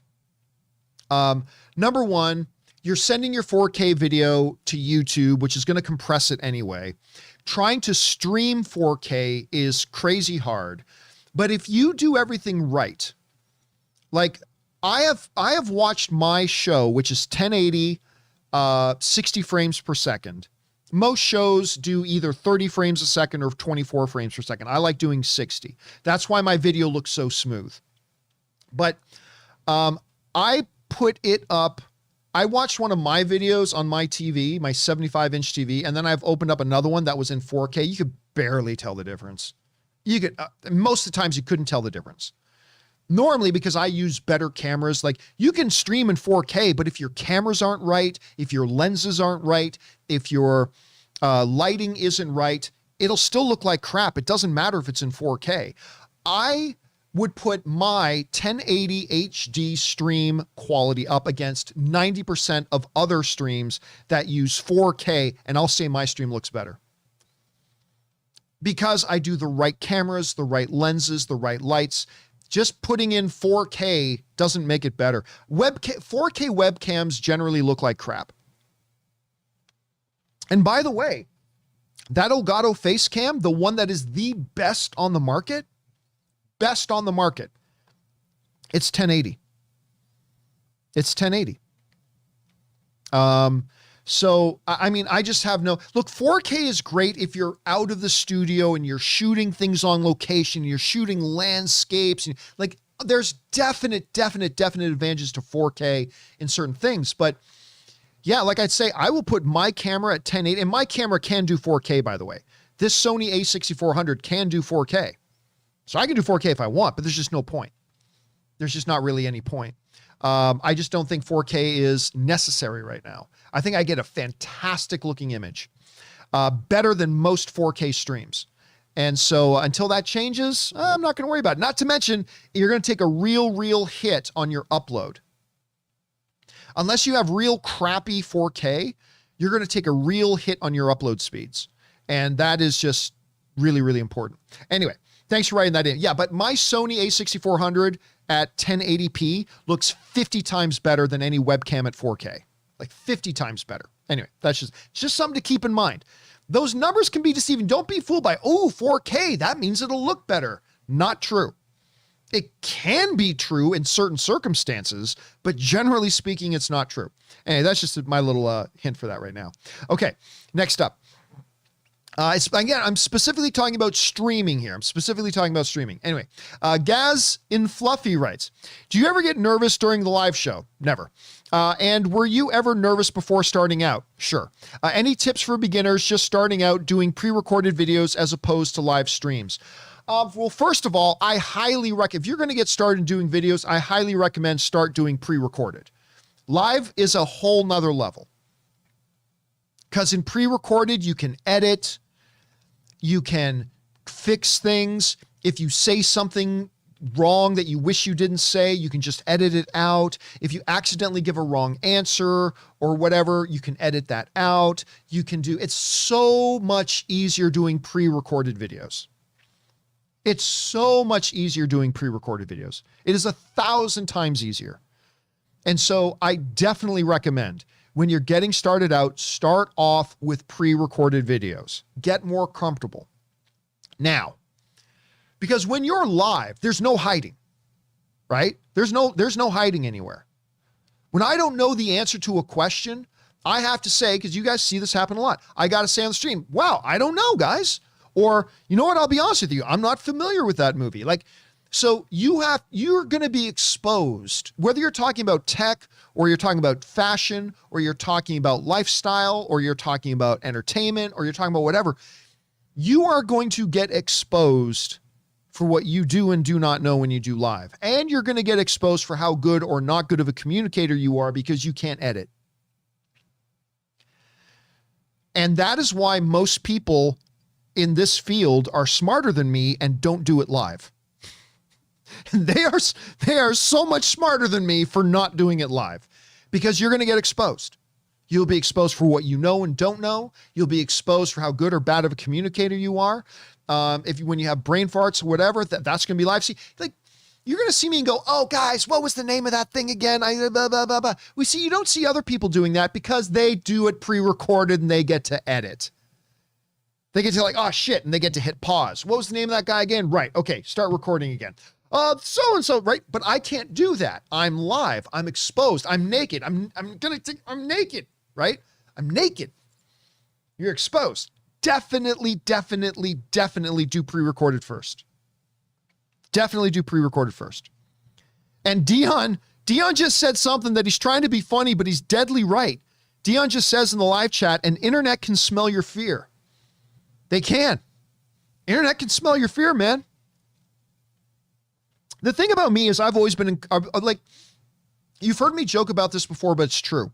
I am more comfortable standing on a stage in front of 3,000 people than I am talking to a group of 7 people when I get down off the stage. I know that sounds weird, but I've always been comfortable. So I've always been a very comfortable public speaker. Listen, I know there's a lot of things I'm not good at, but there's a couple of things I am good at. And being a public communicator, I'm very good at that. You may not like what I communicate, but you can't deny I am a very good public communicator. I am a very effective public speaker. And that means on a stage or in front of a live stream. I don't have any hesitation. I have no nervousness about it. I'm just very comfortable, actually, in front of a live group. But and anybody can be. Anybody can become comfortable at that. Absolutely. But start pre-recorded. Do what everybody else does and start pre-recorded. And hell, maybe even stay pre-recorded. If you don't find that that's your particular gift set. So yeah, that's just me. Be like the smarter people and don't try doing it live. All right, next up. Hopefully that's helpful, man. All right. My Comic Planet writes, Hey, John, I use a Zoom a lot. That's what I got over here is a Zoom H6, but always struggle with the background image relative to my live image. I don't know what you mean by that. Your background is also live, but I always look fake and strange for viewers. How can I set up custom background so that doesn't have that effect? I'm really not sure what you're asking here, Comic Planet. What do you mean? What do you mean by background image versus live image? I'm going to take a guess. Are you talking about, are you green screening yourself? Is that what you're talking about? If you're still here with this comic, just put in the live chat here. Are you talking about, do you green screen? Is that what you're talking about when you say background image? I'm going to keep half an eye on the live chat there to see if there's about a 20-second delay between live and me saying it when you guys actually see it. I'm going to assume you mean background image as in green screen. Okay, I'm not seeing an answer pop up, but I'm just going to assume you mean green screen. So, you know what? It's very, very difficult to answer that question, my comic, theoretically. I think I would have to actually see your setup and see what it is you're actually doing. I don't know why you would look fake and strange for the viewers. I mean, I don't know. I don't know why that would be. I would have to see an example. I'll tell you what, my Comic Planet, do me a favor. Email me a couple of screenshots of your video that you're talking about, where you think the background doesn't look right and you think you don't look right, like where you think you look fake or weird. Email me at john@thejohncampeashow.com and send me a screenshot or two, and I will try to answer you if I can. I will try to answer you if I can, all right? Because I want to help you with that. But anyway, I'm sorry I'm not quite clear on what it is you're saying off the top of my head. But yeah, email me definitely. Okay, now I see my Comic Planet in the live chat. Okay, you're talking about green screen. Yeah, I have to see what we're talking about to really be able to help you out. So do me a favor, email me a screenshot at john@thejohncampeashow.com, and I'll try to help you out if I can. All right, next up. Morse Codes writes, you're using the same brand camera, but can't use the lenses you have. Well, okay, if what you're saying, Morse Codes, is that you're using Sony cameras, but you can't use the same lenses I have, that might be because, look, most Sony cameras today, with cameras, they have different types of mounts, and different types of lenses will fit different types of mounts on cameras. But most cameras have adapters. So let's say you have, my Sony cameras have what's called an E-mount, right? And if you have a Sony camera, it should fit an E-mount. Then any E-mount lens should work on it. If for whatever reason you have like an older Sony that doesn't have an E-mount system on it, but has a different type of mount system, there are adapters you can get. So just go online. First of all, find out the type of mount that your camera has.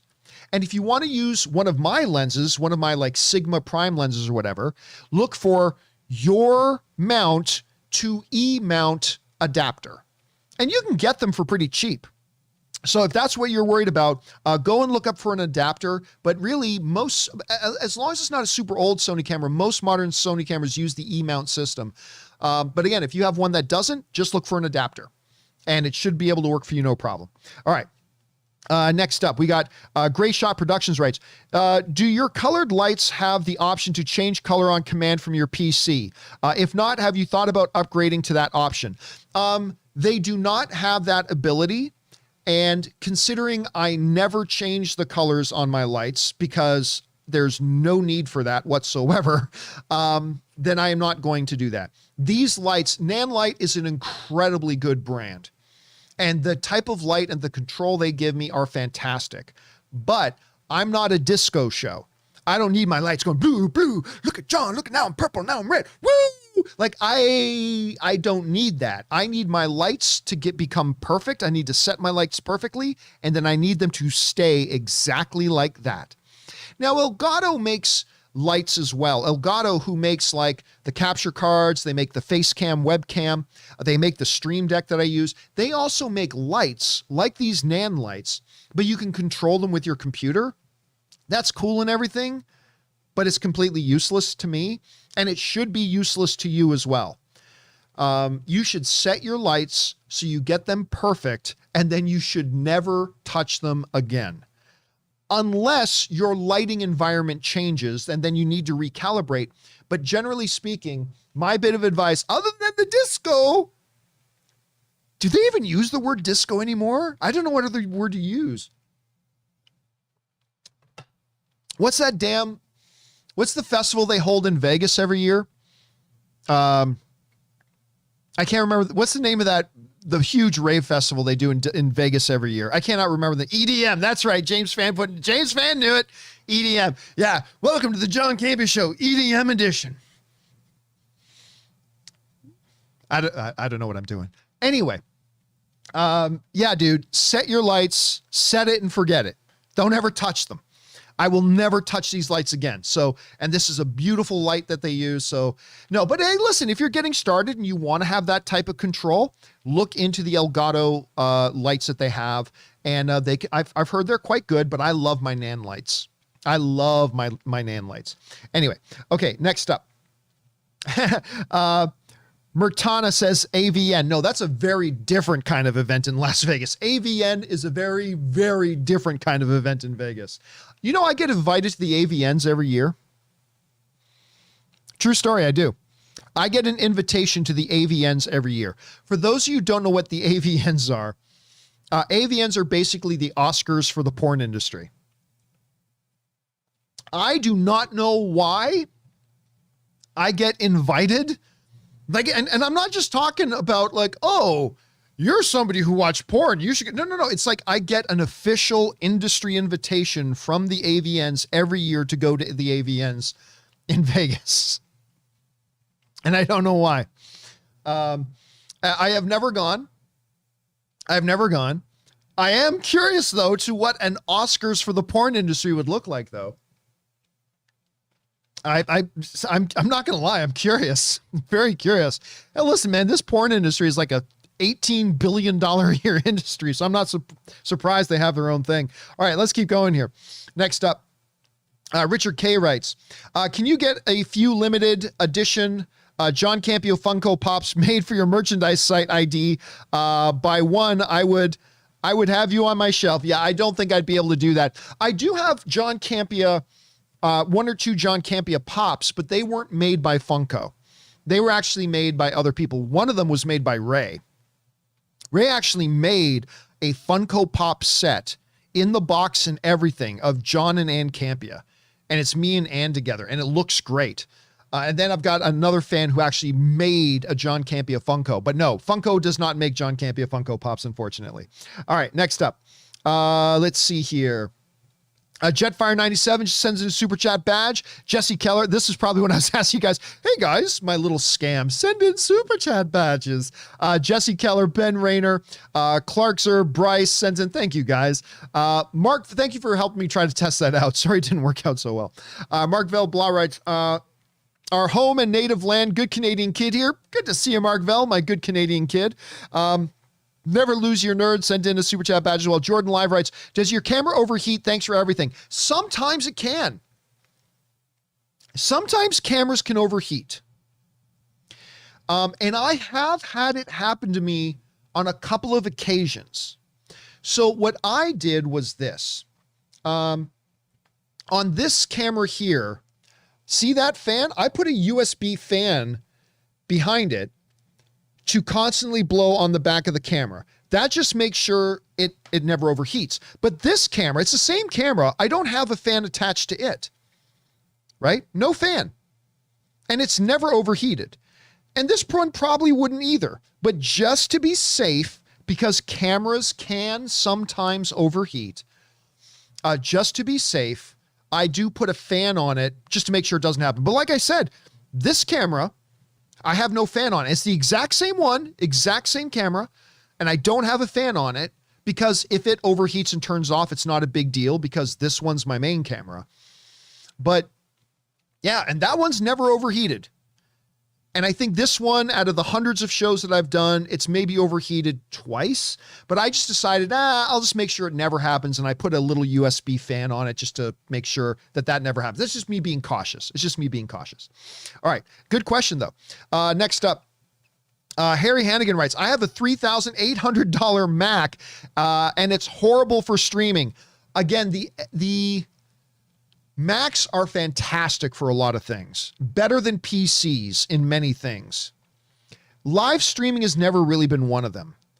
But the M1s, the new M1 processors, the systems on a chip, with their built-in graphics and the built-in, like, it's different. And I was using an M1 MacBook for streaming from Vegas when Aaron and I were doing CinemaCon coverage. That's what we were using there. All right. Harry Hagen writes, where do you buy your PC? What are the exact specs? Well, I'm not going to go into the exact specs because I don't even remember my exact specs. I can tell you it's an 8-core i9, 32 gigs of RAM, an NVIDIA 2070 card.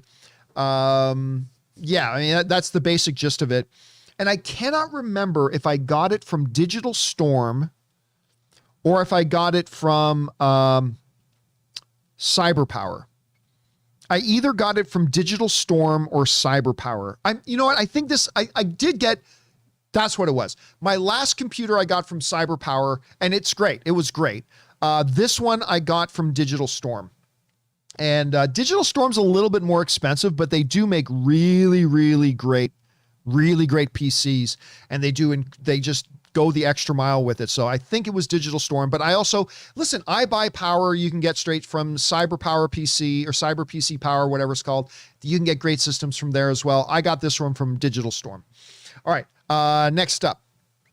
Juan Brana just sends in a super chat badge. Thank you, Juan. Appreciate that. Michael Mikrut writes in, I use a Shure SM58, excellent microphone, very age-old, tried and true industry standard microphone. It's fabulous. And Behringer USB mixer with my iPhone 11 as a camera. Beautiful. That'll totally work. You know, I'm going to be picking up a new iPhone. The only reason I'm going to pick it up is because Ann gets me like a 50% discount because she's a bigwig at Apple. But I'm going to pick up a new iPhone.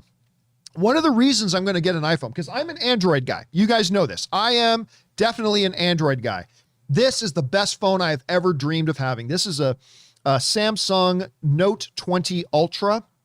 I am in love with this phone. I love it, but there's a few things I want to try out on the new iPhone. So I'm going to pick up a new iPhone, but one of the really cool features of iPhone, and you can do it on an Android as well, but they're just fine-tuned for an Apple phone a little bit better, is you can connect wirelessly your Apple iPhone to OBS and use it. So instead of me having to pick up this web camera and do this to show you around, I could just use my phone and use it as a source on OBS. So I think I'm going to pick up one of these iPhone 13s.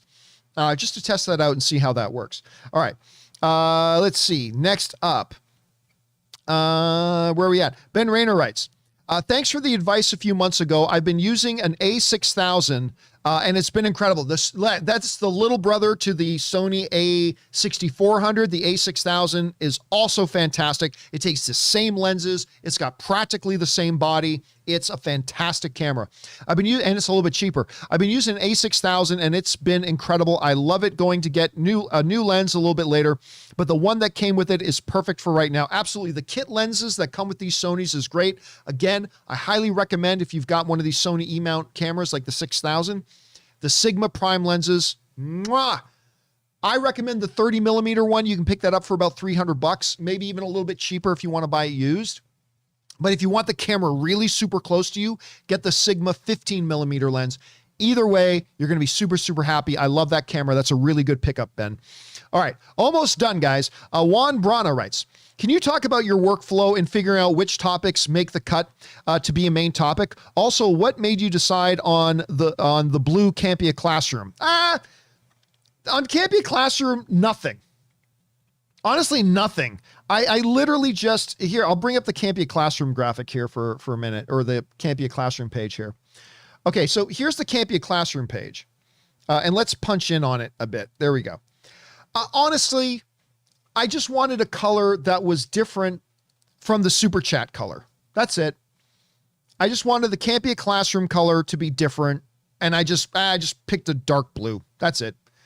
Nothing more intricate than that. That's the only reason I picked that for what I picked. As far as my workflow, okay, my workflow in a nutshell. Work begins on the next day's John Campea show around 5 p.m. All right. So around 5 p.m., I start going through the 100 to 200 emails that get sent in every day. I find what looks interesting. Then I go over to my news feed, and I'll show you my news feed if I can bring it up here. That's not it. Let me see if I can bring it up. Here we go. Here's my news feed. So my news feed covers sources, covers all these sources. Let me see if I can shrink this up. Okay, here we go. All these Variety, the Tracking Board, Screen Rant, Movie Web, Jbl, IndieWire. I don't know why I still have First Showing in there, but I do. First Showings, the Film School Rejects, Dread Central, Deadline. It's just tons of them. And then all the news stories, see all these? These are just the news stories that have come out in the last hour. Right to there. All these news stories have just come out in the last hour. And so I go through all these news stories. It shows where they came from and everything. This one came from Force as a Geek. This one came from Deadline. This one came from We Are Movie Geeks and stuff like that. And so I go through all the emails, find emails that look like they could be potential good topics for the next day. Then I go over to my movie news feeds and I start finding the corresponding actual stories. And then I narrow it down to maybe about 10 possibilities. And then I start going a little deeper into them, and I narrow it down to 3, 4, or 5 topics that we'll cover the next day. Unless it's a day like today where there was no news today. There was very, very little news today, which is why we're doing the tech issue today. But so I do that. That takes a couple of hours. Then once that's done, I start writing the show notes, all those types of things. I get that all put together, it's 6, 7, 8 pages long. Once the show notes are done, I email those to Ray. Ray starts putting together the graphics and all that kind of stuff. So I get the show notes to Ray hopefully around 9, sometimes it's a little bit later, 9, 10, 11 o'clock at night. Ray then works for 3 or 4 hours putting the graphics together.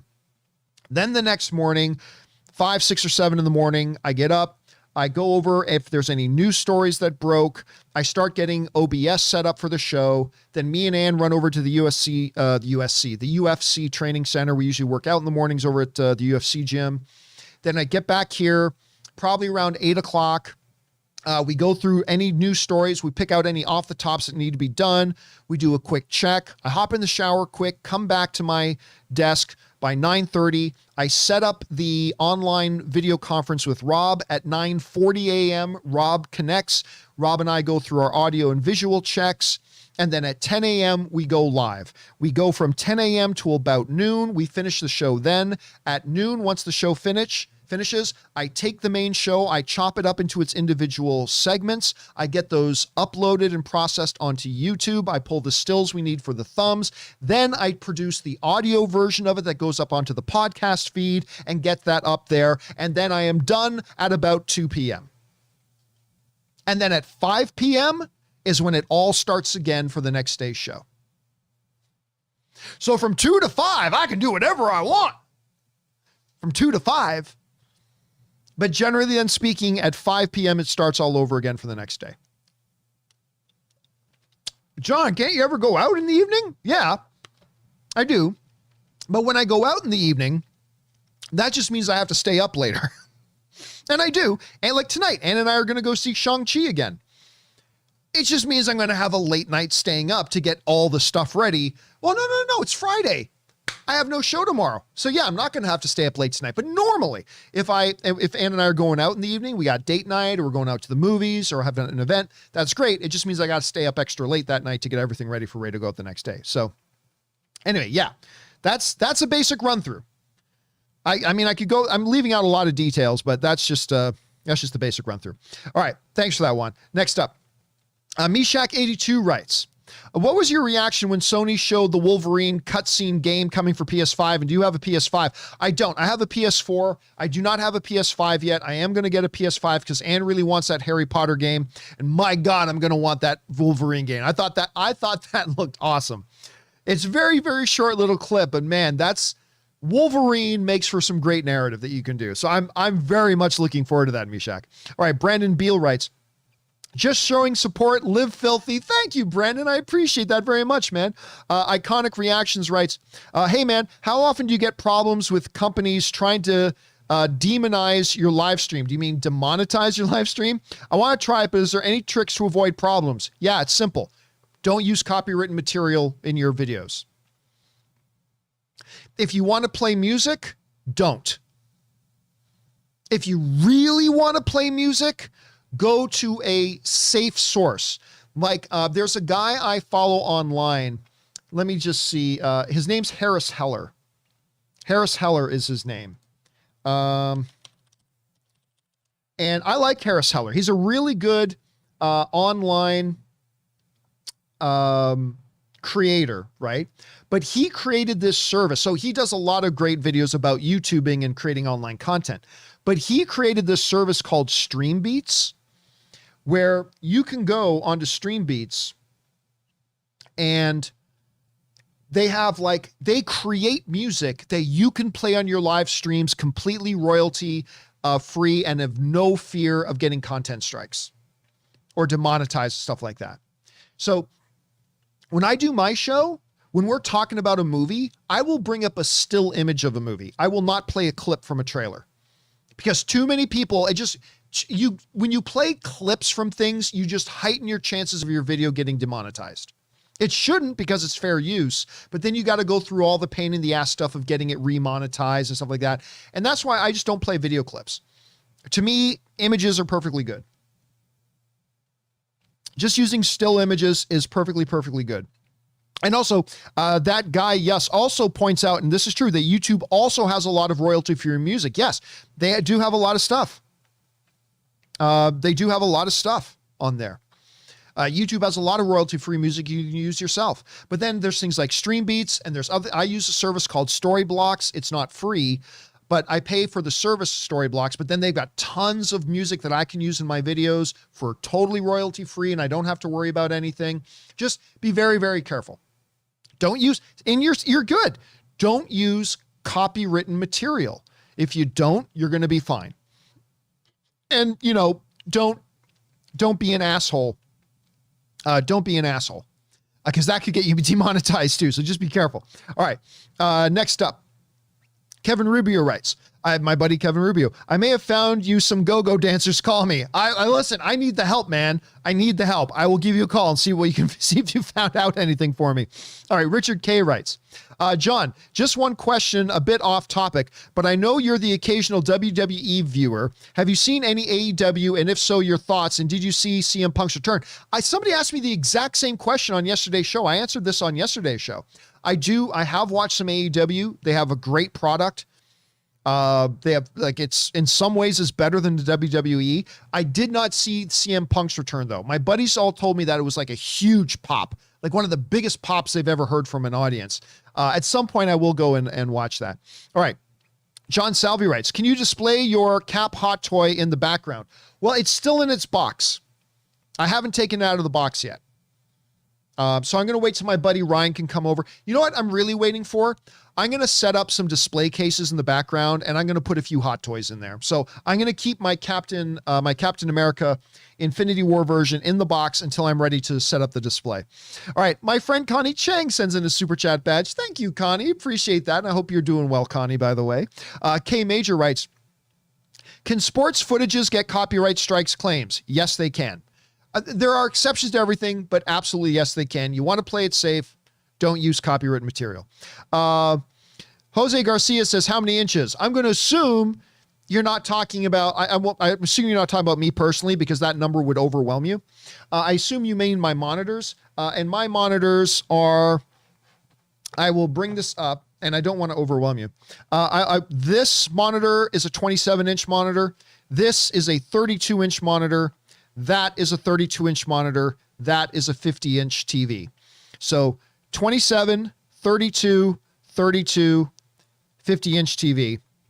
So it's this. As long as we're talking about monitors, there you go. That's how many inches. All right, next up.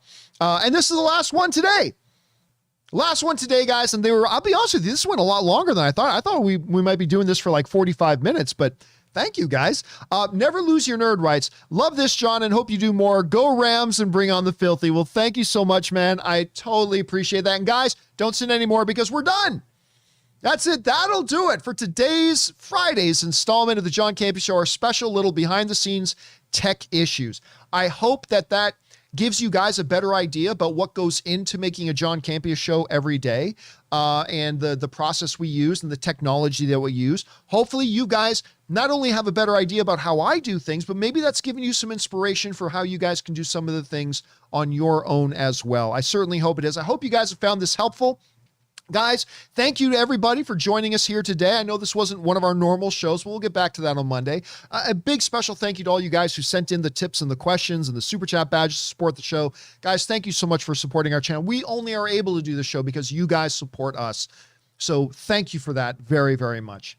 Okay, guys, I do have a companion video. It won't come today because Ann and I are going to go see, Ann and I are going to go watch Shang-Chi tonight for a 7th time, but I am going to do a companion video tomorrow, so keep your guys' eyes open for that, and maybe another one on Sunday. Maybe we'll even do an After Dark this weekend. I don't know. We'll see. Keep your eyes open. And then, of course, the John Campea Show returns again on Monday. Guys, thank you so much. That'll do it for me. Thanks for everything, guys. My name's John Campea, and until next time, my friends, bye-bye.